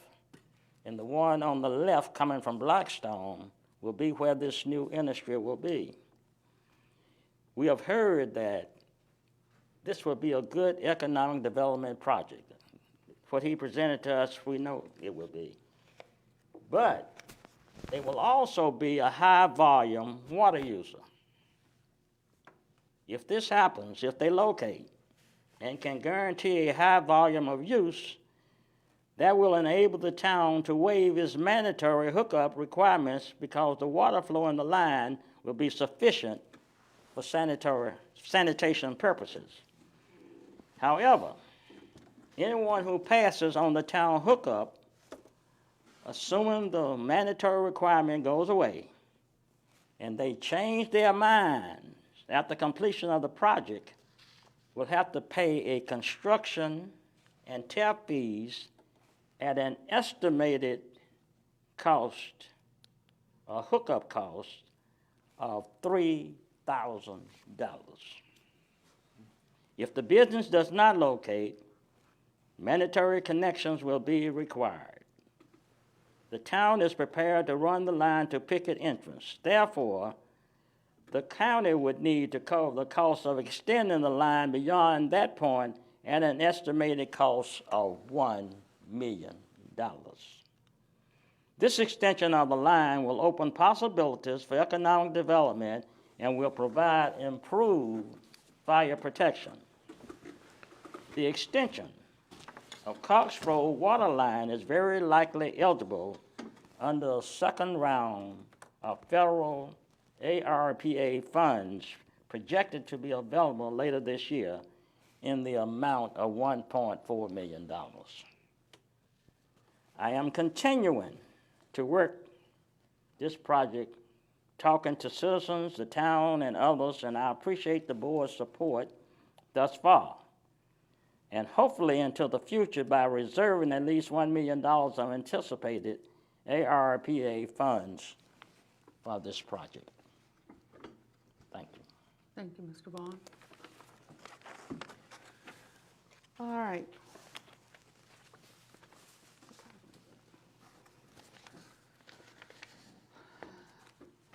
So we'll move on. Mr. Rourke, Convenience Center hours. Yes, ma'am. Madam Chair, over the past couple of years, I wonder why some people were complaining about their hours, and it appears that and I know Madam Chair won't hear at the time, but back in January 2020, the motion was to have Wednesdays and Saturdays from 7 to 7, but they've been rotating the hours. Winter hours, summer hours, that's where a lot of the complaints are coming. I'd like for us to go back and revisit that and just have those hours remain in place on Wednesdays and Saturdays like the original motion was, because that's what we had agreed on. I don't understand why the county was switching that back and forth. You want to repeat your question? Well, it wasn't a question, it's just a statement that back in 2020, when we had our organizational meeting, when I talked about the additional hours, it was on Wednesdays and Saturdays from 7 to 7. That was supposed to be year round. somewhere or another along the line, when it got to winter in 2020, it reverted back to winter hours. And that was never brought forward to us. That's what's created a lot of confusion out here in the public and unnecessary complaints, because it's supposed to be 7 to 7 on Wednesdays and Saturdays. So I just wanted us to hold to what we done on Wednesdays and Saturdays from 7 to 7. Now, I mean, granted, we had a conversation last year about possibly extending it, going 7 to 7, from 7 to 7, 7 days a week. And I don't know what happened, but we just kind of got off track with that. And because I remember Steve saying, is there any wiggle room in there? And I said, yeah, and that's kind of where it died. It never came back up. And John, I'm being thick here. And it reverted back to winter hours, so what are the winter hours? I don't know. I think it's like 5:30 or 5 o'clock or something. Yeah, it was like that. The hours have been shifted out based on daylight. Mm-hmm. So when, it gets darker earlier, they shorten the hours so that people aren't in the convenience centers at night when it's dark. I mean, they're lit, but still it's not daylight. You don't have good visibility. And then when daylight savings time comes, they reverse and they alter the hours. We've gone and looked, there are 2 sets of signage for the hours, and they change them out seasonally. I'd be happy to go back and look at what we have. This is news to me, that the organizational meeting 2020, that this was even talked about during the organizational meeting. That's news to me. But we can go back and look at the standard time sign, the daylight hour saving, to give you all a comparison and a recommendation on what we think is appropriate. Yeah, I think when we originally, and John just kind of used, well, let me back up. When we originally voted we did have daylight and, summer and winter hours. We did do that. But you may be, we need to let Ted do some homework on that. Mm-hmm. Okay, I'm with you. Yeah. Okay. Yeah, and like I said, it was just creating confusion because these people that are using that, even though we changed our hour, their work schedule doesn't change. So that's where the complaints were coming in. Okay, yeah. All right. Madam Chair, Maybe on this one, Yes. our rule is The 3 hours, yes. board's rules and procedures indicates that if after 3 hours of deliberations and the board has not completed its scheduled business, the clerk will poll all members to determine if they wish to continue or adjourn until a later date. Mr. Costin, do you wish to? I'll pull the board here. So the question before the board is, do you wish to continue? Mr. Rourke? Yes. Mr. Bowen? Yes, but if somebody needs a 5-minute recess, I'm fine with that, but yes. We should ask Mr. Vaughn first. Ms. Simmons? Yes. Mr. Vaughn? I like a 5-minute recess. 5 minutes, but Since you- Mr. Rourke loves to say what Mr. Vaughn loves to do. I just want to see what you want to do, man. Yeah. Well, since you want to say what I want to do, I'm going to do it. but yes, contingent on a 5-minute recess. Yes. Okay. Mr. Chairman Shackleton? Yes. Madam Chairman, it's consensus of the board to continue with a 5-minute recess. All right. Do we need to Just motion to go into to take a recess. need a motion to take? No motion? No motion. No Just motion. recess. No motion. Just All right, recess. we'll All right. take a 5-minute recess. Mr. Kelly? I'm going to turn this off so you don't work on my battery.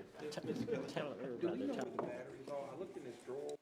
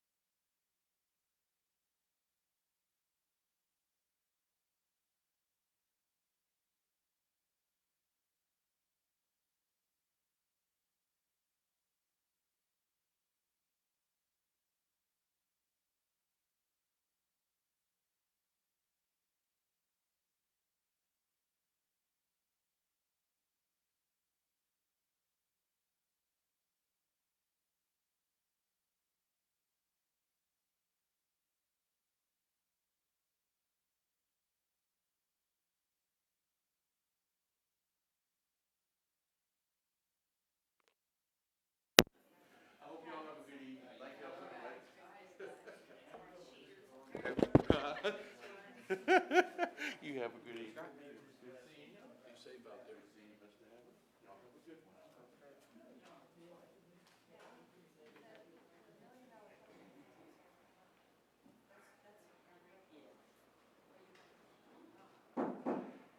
We're going to reconvene following the recess. The next item on the agenda, Deputy Sheriff raises. Mr. Rourke. Yes, ma'am.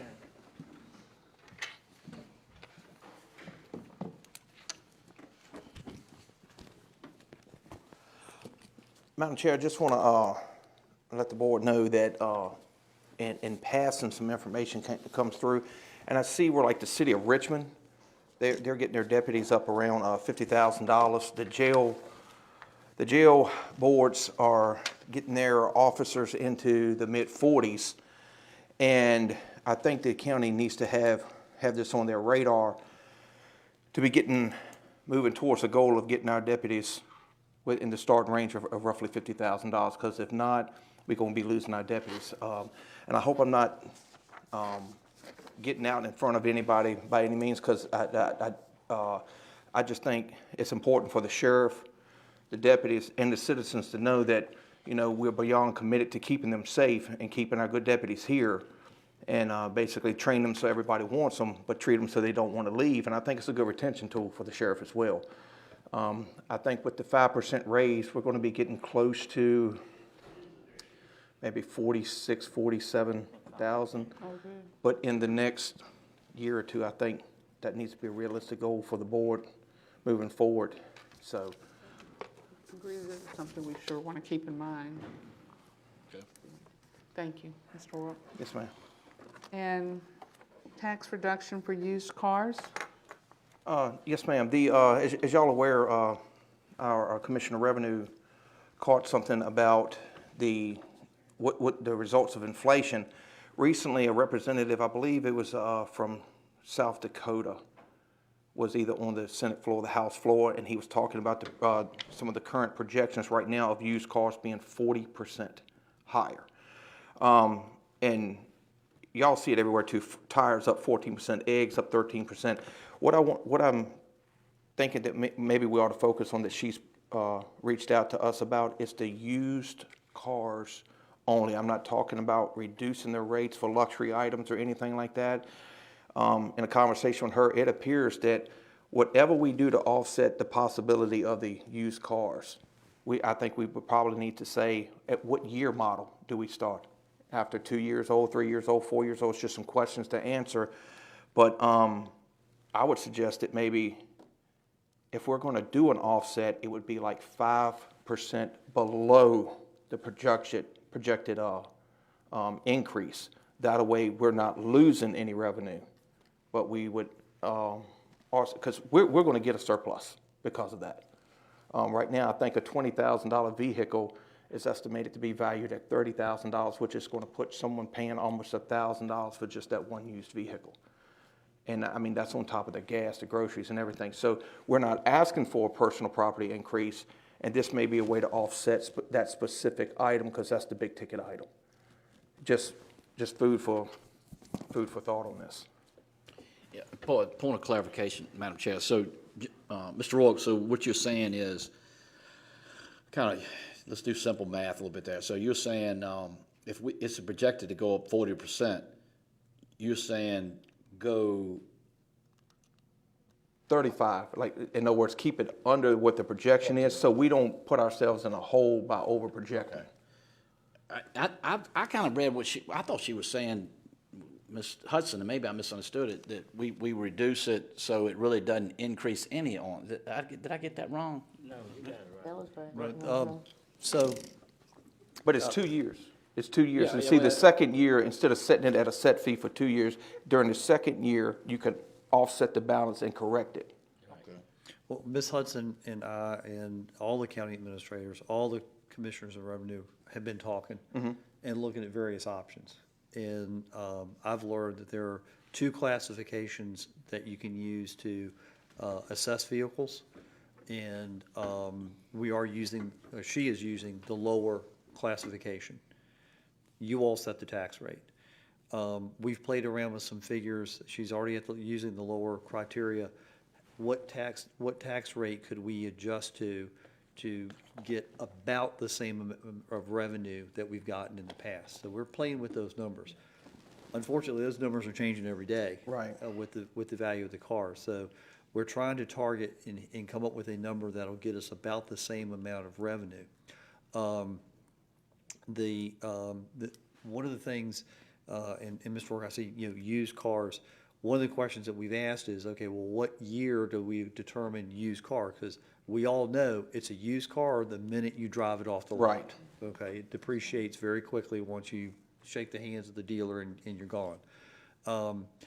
What she's indicated is you really can't make that distinction. It's got to be one rate to every vehicle, whether it's a 2022 Cadillac or, 2072 Pinto. 1972. Yes, it's late, Mr. Work. It's past 10 o'clock. No matter what the vehicle is, same rate's got to apply. So we're playing with those numbers. We're working this. But, obviously, we're in the height of budget season right now, and things are constantly moving for us. We don't have as we were talking about just very quickly before the end of the recess, the state hasn't come up with a budget. We don't know if we're going to have a 1% sales tax available to the localities, or we're not going to have any sales tax available to the localities. So when that smoke settles in April, we'll have some idea. Ms. Tomer and I are literally having to run separate budgets in terms of, okay, we can propose this. Unless this happens, then we got to propose this. And of course, everything that happens on the revenue side has to be balanced out on the expense side. Right. Everything that happens on the expense side, you have to find the revenue. So, sheriff raises, used car reductions, tax relief for 65 or older, they all have an impact. That's right. But that's where we are. We are talking with the Commissioner of Revenue. We are looking at some numbers. Our internal discussions, our goal is to try to keep that, whatever that rate is, comes down to try to keep the revenue at least where it's been right now. So. And Mr. Rourke, tax reduction for residents 65 years of age and older. Yes, well, Mr. Costin already hit on that, and basically, I just wanted to see if we could begin the discussions of seeing where we're at on basically how much revenue is being collected, and this is a starting point. How much revenue is being collected from the citizens 65 and up. Basically, we're having to look at tax increases according to Davenport's presentation in the next 3 to 6 years, and to conduct forward progress for the county. And, but this is a start, and I just feel like we need to form a plan to supplement if we decide to give retired citizens a tax break. So while we're in that process, I think it's an opportunity to look at some things abroad and maybe open the doors up down the road and with some forward thinking. That's all it is. Okay, thank you. That's a good idea. Yeah, but that would cost money. Of course. That's where we start. Right. All right. And sometimes, John, the older people are more well-heeled than the young people, because the young people are dealing with children, mortgages, and a lot of things. And young people have to drive back and forth to work. Right.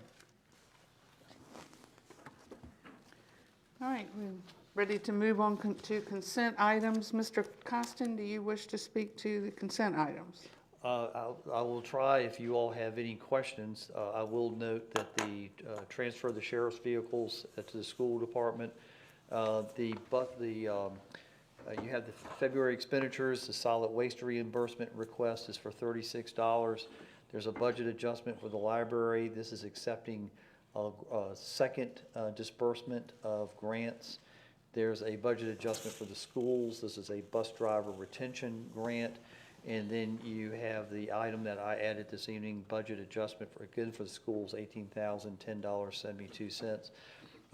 Looking over that documentation, that is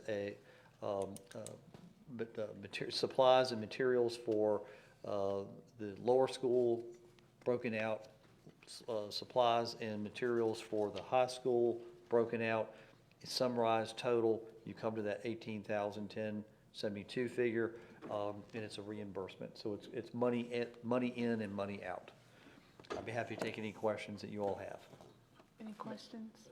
No. I'd like to make a motion to approve the consent calendar. The consent items. Second. Madam Chair, I did have a question, I'm sorry, if that's okay. I know it's always been, as far as I'm aware, to transfer the vehicles down there to the school. Y'all looked at that gate lately? It's loaded with vehicles. Should we consider selling these vehicles? Just a question, just asking a question. You're talking about at the school? At the school? No, any surplus vehicles that the county has, should we consider selling those instead of transferring them over to the school? Just a thought. I don't like to comment on school things because I'm talking I've about, lived here a long time ago. recovering funds.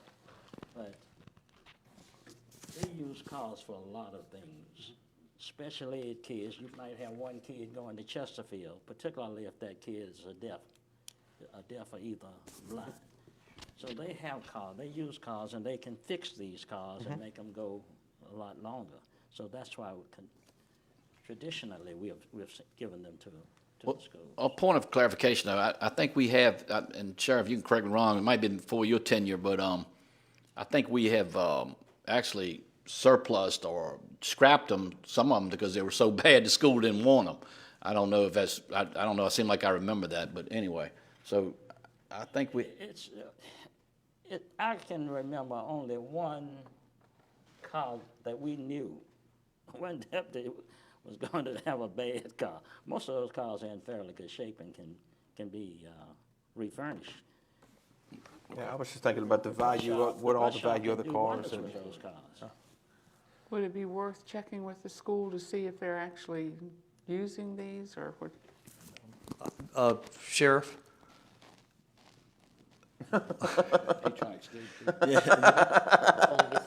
Sorry, Sheriff.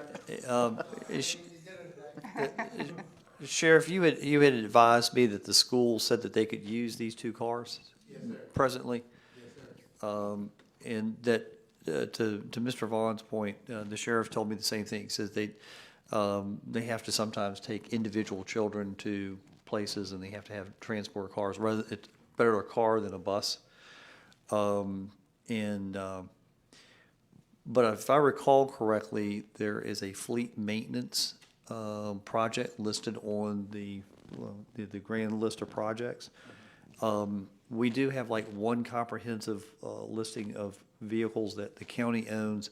We could certainly work with the school board, get their list, and kind of look at what we have and what could be turned over. We have already taken one of the sheriff's vehicles and made that a vehicle for Mr. Hyde. And I'm happy to report we also got the Jeep out of the repair lot. It's about 8 months waiting for a part to come in. Again, it kind of goes back to our car thing. So let us take a look at all the cars and see what we can do. But as far as these two, staff would still recommend that they be turned over to the schools. Schools expressed an interest in them, and schools said they can use them. Yeah, that's fine. I just, like I said, revenue recovery is all I just wanted to take under consideration. We have a motion and a second to accept the consent items, and does that motion, could you modify that to say with the addition of the school budget adjustment of $18,010.72? Yes. All right, have a motion and a second. Any discussion? All in favor? Aye. Aye. Any opposed? Consent items are approved as presented with the addition noted by Mr. Costin for the school budget adjustment. We also have in our package correspondence and information items that includes an update from Commonwealth Regional Council and a report of sales tax receipts. Any questions or comments about either of these items? No, ma'am. No. Mr. Costin, the County Administrator report.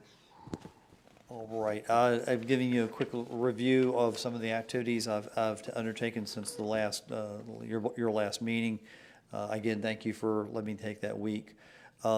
We have Ms. Tomer out at the Virginia Women's Municipal Leadership Institute. She did her first day today.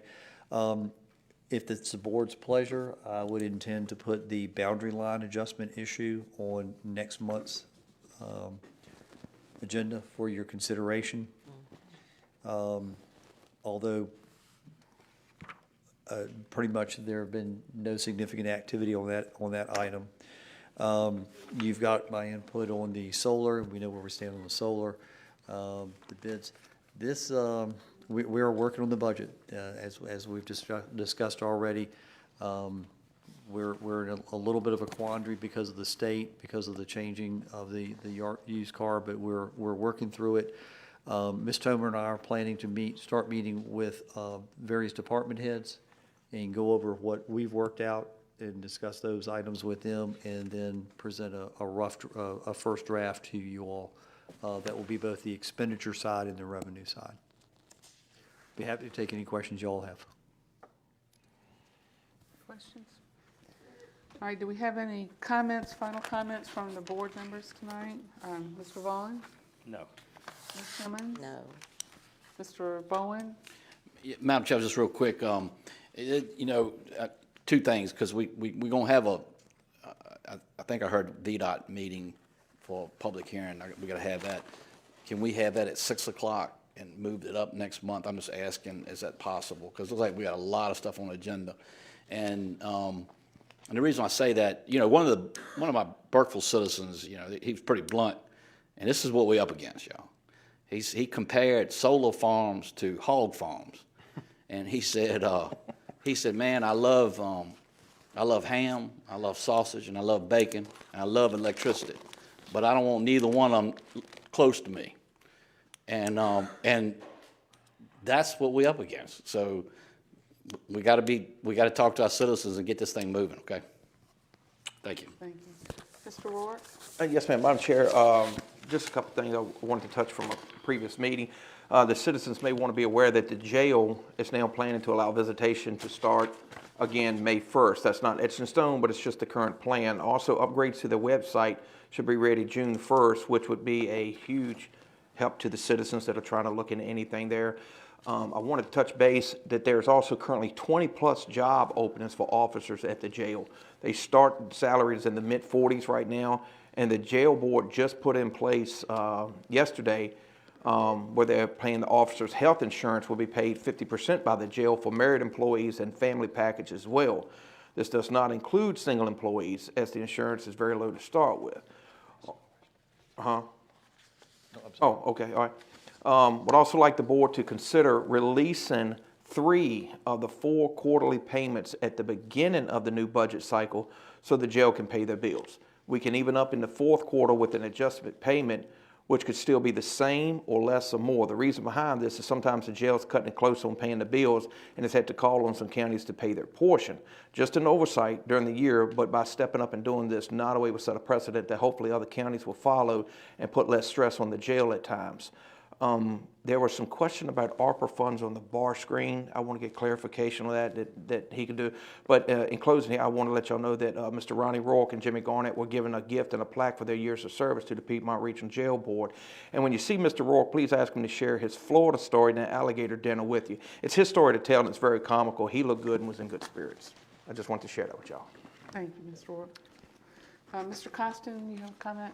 If I could, please, to go back to Mr. Bowen, what I heard Ms. Banks say was that they wanted to have a work session on this. I heard work session, but I will go back and clarify whether or not that's a work session or a public hearing. I think before we've done that before the meeting. We have. Okay, so you're probably right. All right, I'll get clarification from her. If that's a hearing, then my understanding is you want to go at 6 o'clock then. Okay. And then to Mr. Rourke's point, what they have done is they've needed to do a fairly extensive repair on the wastewater treatment plant at the regional jail. And they're asking for some additional contribution on that. And they're suggesting the ARPA funds. I like Superintendent Townsend, but he's good at spending other people's money, if you know what I mean. I couldn't miss that. So that's a possibility. We do have some ARPA funds left over in the previous round, And of course, we're anticipating, as Mr. Vaughn alluded to, another 1.4. But we're looking at that possibility as well. Thank you, Madam Chairman. Thank you. All right.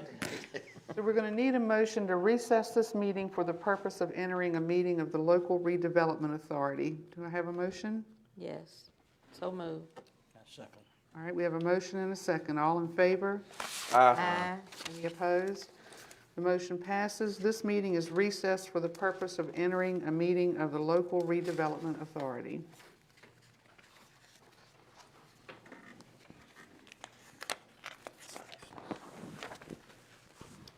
All right, the meeting of the Nottoway County Local Redevelopment Authority is now called to order.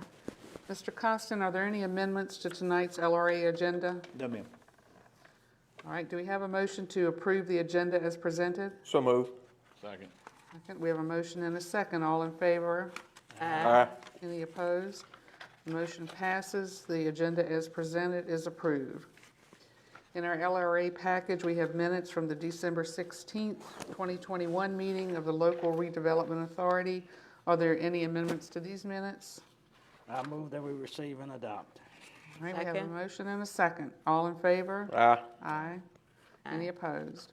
Minutes of the December 16th LRA meeting are approved. Under unfinished business, Nottoway Lanes, Mr. Costin? Thank you, Madam Chairman. Madam Chairman, members of the authority, let me draw your attention to the memo that's in your packet was incorrect. It was a prior memo. We have reissued that memo. It's loose at your desk this evening. It is from Ms. Tomer, and it reads as follows. The subject is the Nottoway Lanes Bowling Alley. I was dealing with 5 prospects down to 4 serious. 2 have toured the facility, and I will be meeting 1 next Monday, March 21, 2022. I've remained in communication with the previous tenant, and he is doing everything he can to assist with the future transition. We need to make a decision on the equipment that he owns in the facility, as it will have a drastic impact on the startup costs for the next tenant. That primarily means, are we buying it from him and leaving it in place for the next tenant? Is the next tenant buying it from him? Or is he taking it out and we are, the next tenant will come in and replace it with his own equipment? The authority needs to decide if staff can review proposals and bring to the authority a recommendation, or does the authority want to see all of the proposals that we receive? Staff recommends allowing staff to review the proposals to avoid any existing or potential conflict of interest with selection. So that's Ms. Tober's report on the bowling alley. Be happy to take any questions, and we'll try to answer those in light of her absence this evening. Any questions from Mr. Costin about this? Madam Chair, I don't have any, I don't know if this is a question, but to the memo, just me personally, I'd like to see them all. And also, as far as the equipment, I don't think we need to be getting involved in any used equipment. I think we let them take it out if they want to work a deal out with the previous tenant. I don't think we need to get in the weeds with that equipment. All right, if you want to put that in the form of a motion? Yes, ma'am. I'd move to recommend that the authority see all, to see and review all proposals, and also that the equipment owned by the previous owner not be purchased by Nottoway County. All right, we have a motion put forward by Mr. Rourke. Do we have a second? Second. We have a Second. motion and a second. Any discussion? All in favor? Aye. Aye. Any opposed? All right, the motion is presented by Mr. Rourke. Passes. All right. New business, Mr. Costin, Cambridge Construction. I'll defer to Mr. Hill on the lease items. Cambridge Construction is building a new administration building at the tower, at the airfield. So what they needed was a space to put our office trailer. And if you're familiar with the airport, the east entrance goes in beyond the hangar. And the line for the National Guard state property is the fence. The county owns from the fence back before you get this fence. Well, they wanted to put that construction trailer beside that driveway. So they came to us in January to want it, and then it didn't get on the agenda last month, but they had put it there, and the lease would be starting March 1st for 6 months. It's $75 a month, just for that spot instead of. Madam Chair, I'd move to approve the lease agreement as described by Mr. Hill and make it retroactive for March 1st, 2022. Second that motion. We have a motion and a second. Any discussion? All in favor? Aye. Any opposed? The lease agreement with Cambridge Construction as presented is approved. And then we go to RMT Construction and Development Group. Yeah, a lot of people may not realize this, but they're building a new fire station at the airport, right beside the hangar. And this group came to me last year, and I more or less agreed to let them put the trailer there on the other side of this driveway for their office. And they were supposed to let me know when they got the electricity hooked to it, and we're gonna start building when they did, but they didn't let me know. So I followed up and found out when I was talking to Chemist Construction, these people had it. So they actually got electricity there in November. So we want to make this retroactive back to November to start paying at the same rate of $75 a month. Would that be November 1st, Mr. Hill? Yes. Okay. I so move that we approve. Second. We have a motion and a second to approve the lease agreement between RMT Construction and Development Group and Nottaway County LRA as presented by Mr. Hill. Any discussion? All in favor? Aye. Any opposed? The motion passes, and the lease agreement for RMT Construction as presented is approved. William Lyles renewal. Yeah, Bill Lyles, he rents one of the old administration buildings out there for a hobby shop, and the building's not in very good shape, and he's been paying 150 months since it's been there, and it ends the end of this month, and we'd like to recommend renew it at the same price, 150 a month. We have a motion to approve the renewal of the lease agreement between William Lyles and Nottaway County LRA as presented by Mr. Hill. So moved. Second. A motion and a second. Any discussion? All in favor? Aye. Any opposed? The motion passes. The renewal of the William Lyles lease agreement as presented by Mr. Hill is approved. And then current leaseholders. Yes, Madam Chairman, members of the authority, this is basically just an informational item for you.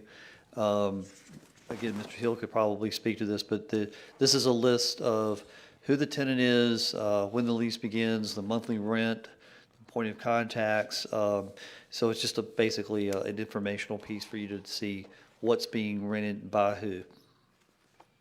All right. Thank you. Any questions about this? All right. Write-offs. Yes, ma'am. Not good news. You see a listing in the packet for a number of write-offs. This has been everything from missed payments to no payments to bankruptcies, lots of different reasons why these things have occurred. Essentially, I'm taking a no more Mr. Nice Guy approach and putting some pressure on the staff to make sure these things don't happen and try to do, where we can, try to go back and do collections. Thank you. Rail spur. Okay, Rail Spur. I have no document for you to view, but I do have some documents that I'm working off of.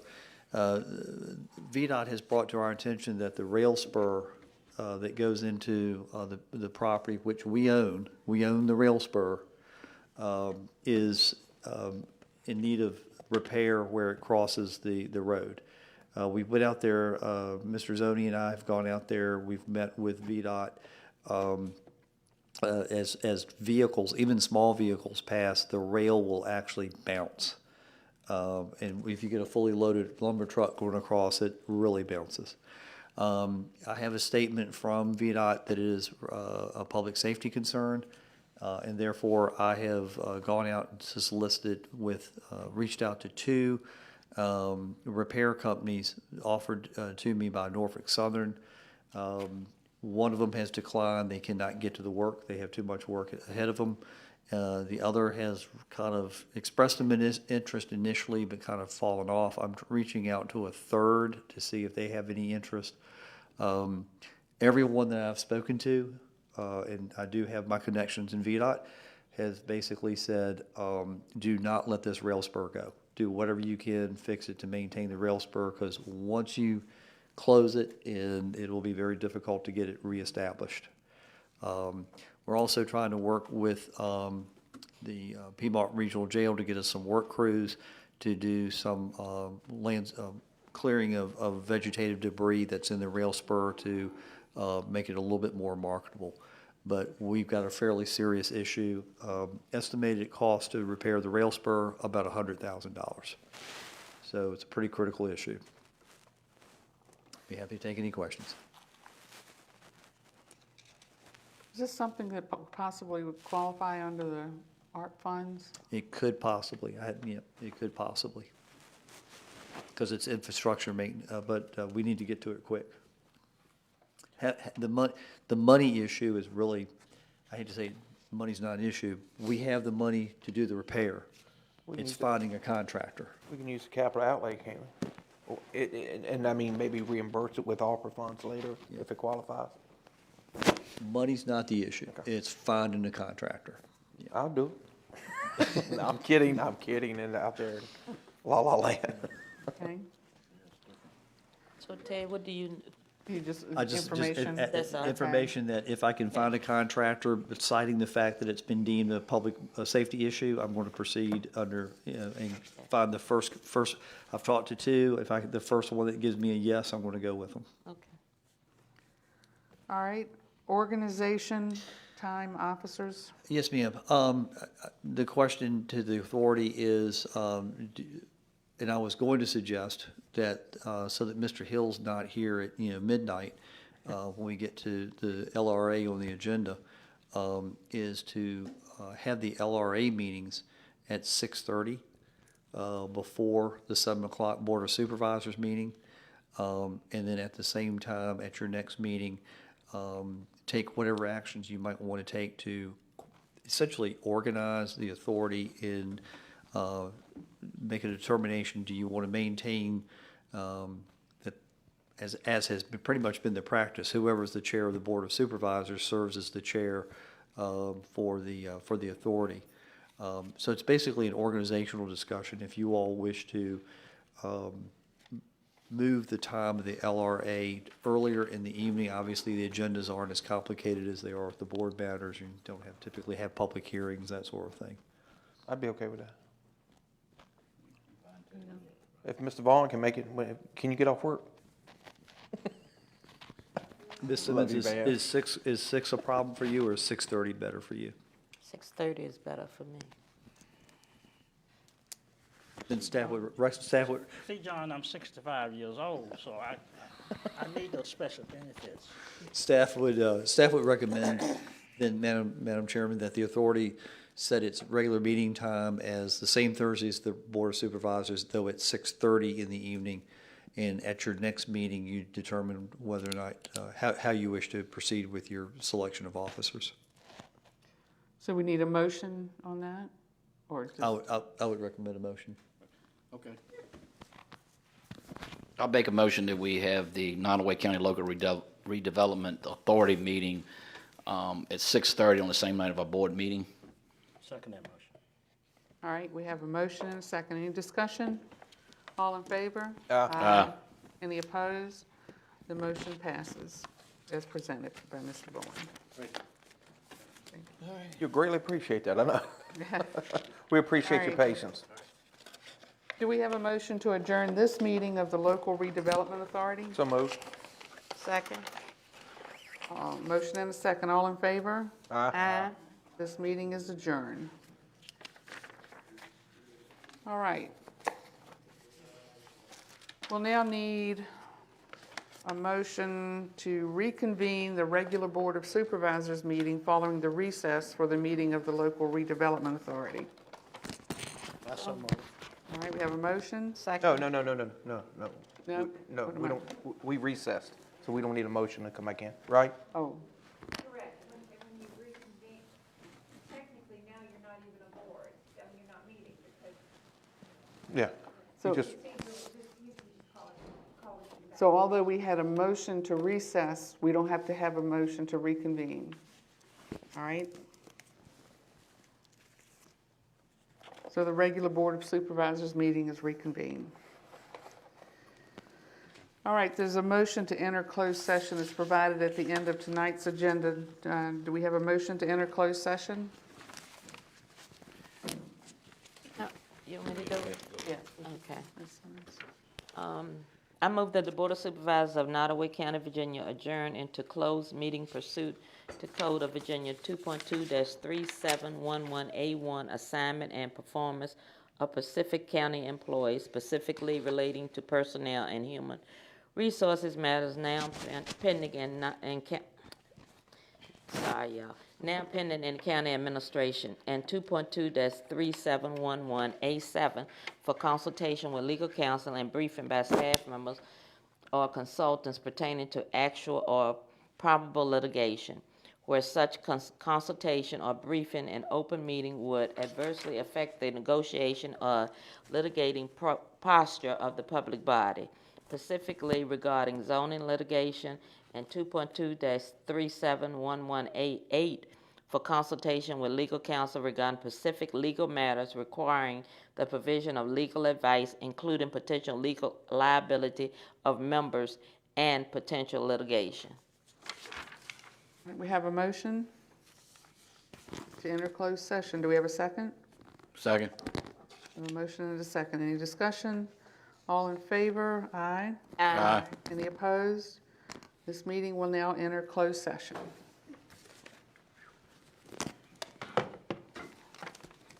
So, in the future, we don't need a motion to recess? Apparently not. We're 45 minutes. Okay. Steve, you're right. It's gonna be about 12.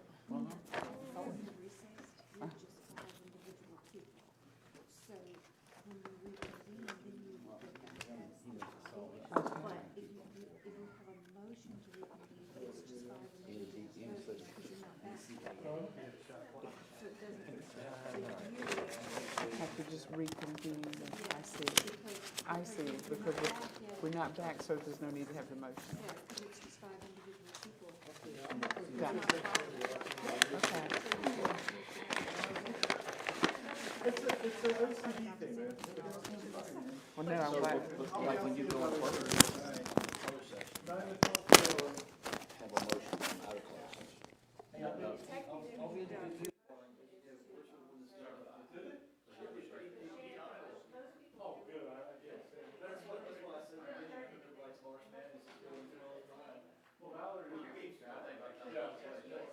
Valor is being there as I use down like 3 points or something like that. It's like a while.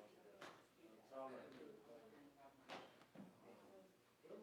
They need Virginia College. Hey, John, so Longwood, Sunday, why you not? I don't think that they did because all the 5 counties, but they took a break and put those really quick because like. No, I'm talking about Sunday. Oh, okay. No, he said pay off the debt. That was what they did.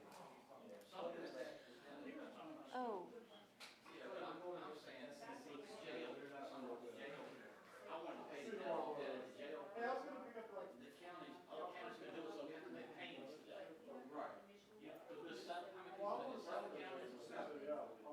But that's not all I have, this is one thing, I just like to keep asking questions. Yeah, there's a series of items that are part of that we would pay off in 10 years.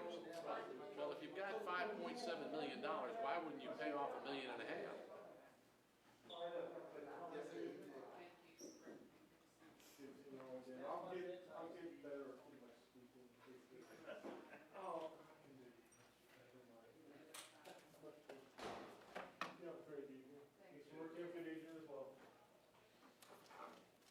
Vivian, it's a pleasure seeing you again. I'll talk to you soon.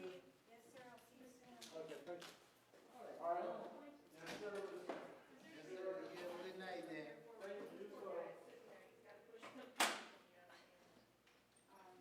This thing gets heavier every day. Might have to put wheels on it. I know, right?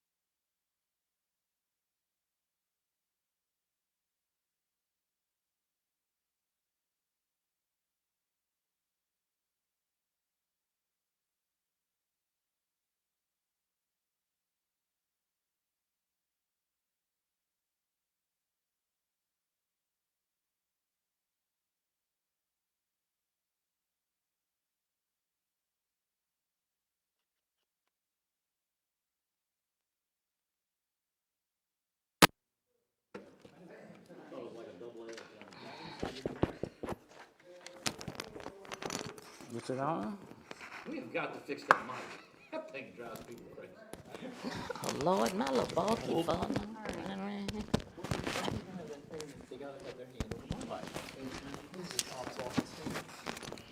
I will put I will put our. Yeah, thank you, thank you, appreciate that. All right, this meeting is going to reconvene now in open session. Certification of the executive meeting. Whereas the Nottaway County Board of Supervisors has convened an executive meeting on this date pursuant to the affirmative recorded vote in accordance with the provisions of the Virginia Freedom of Information Act, and whereas 2.2-3712D of the Code of Virginia requires a certification by the Board of Supervisors that such executive meetings was conducted in conformity with the Virginia law.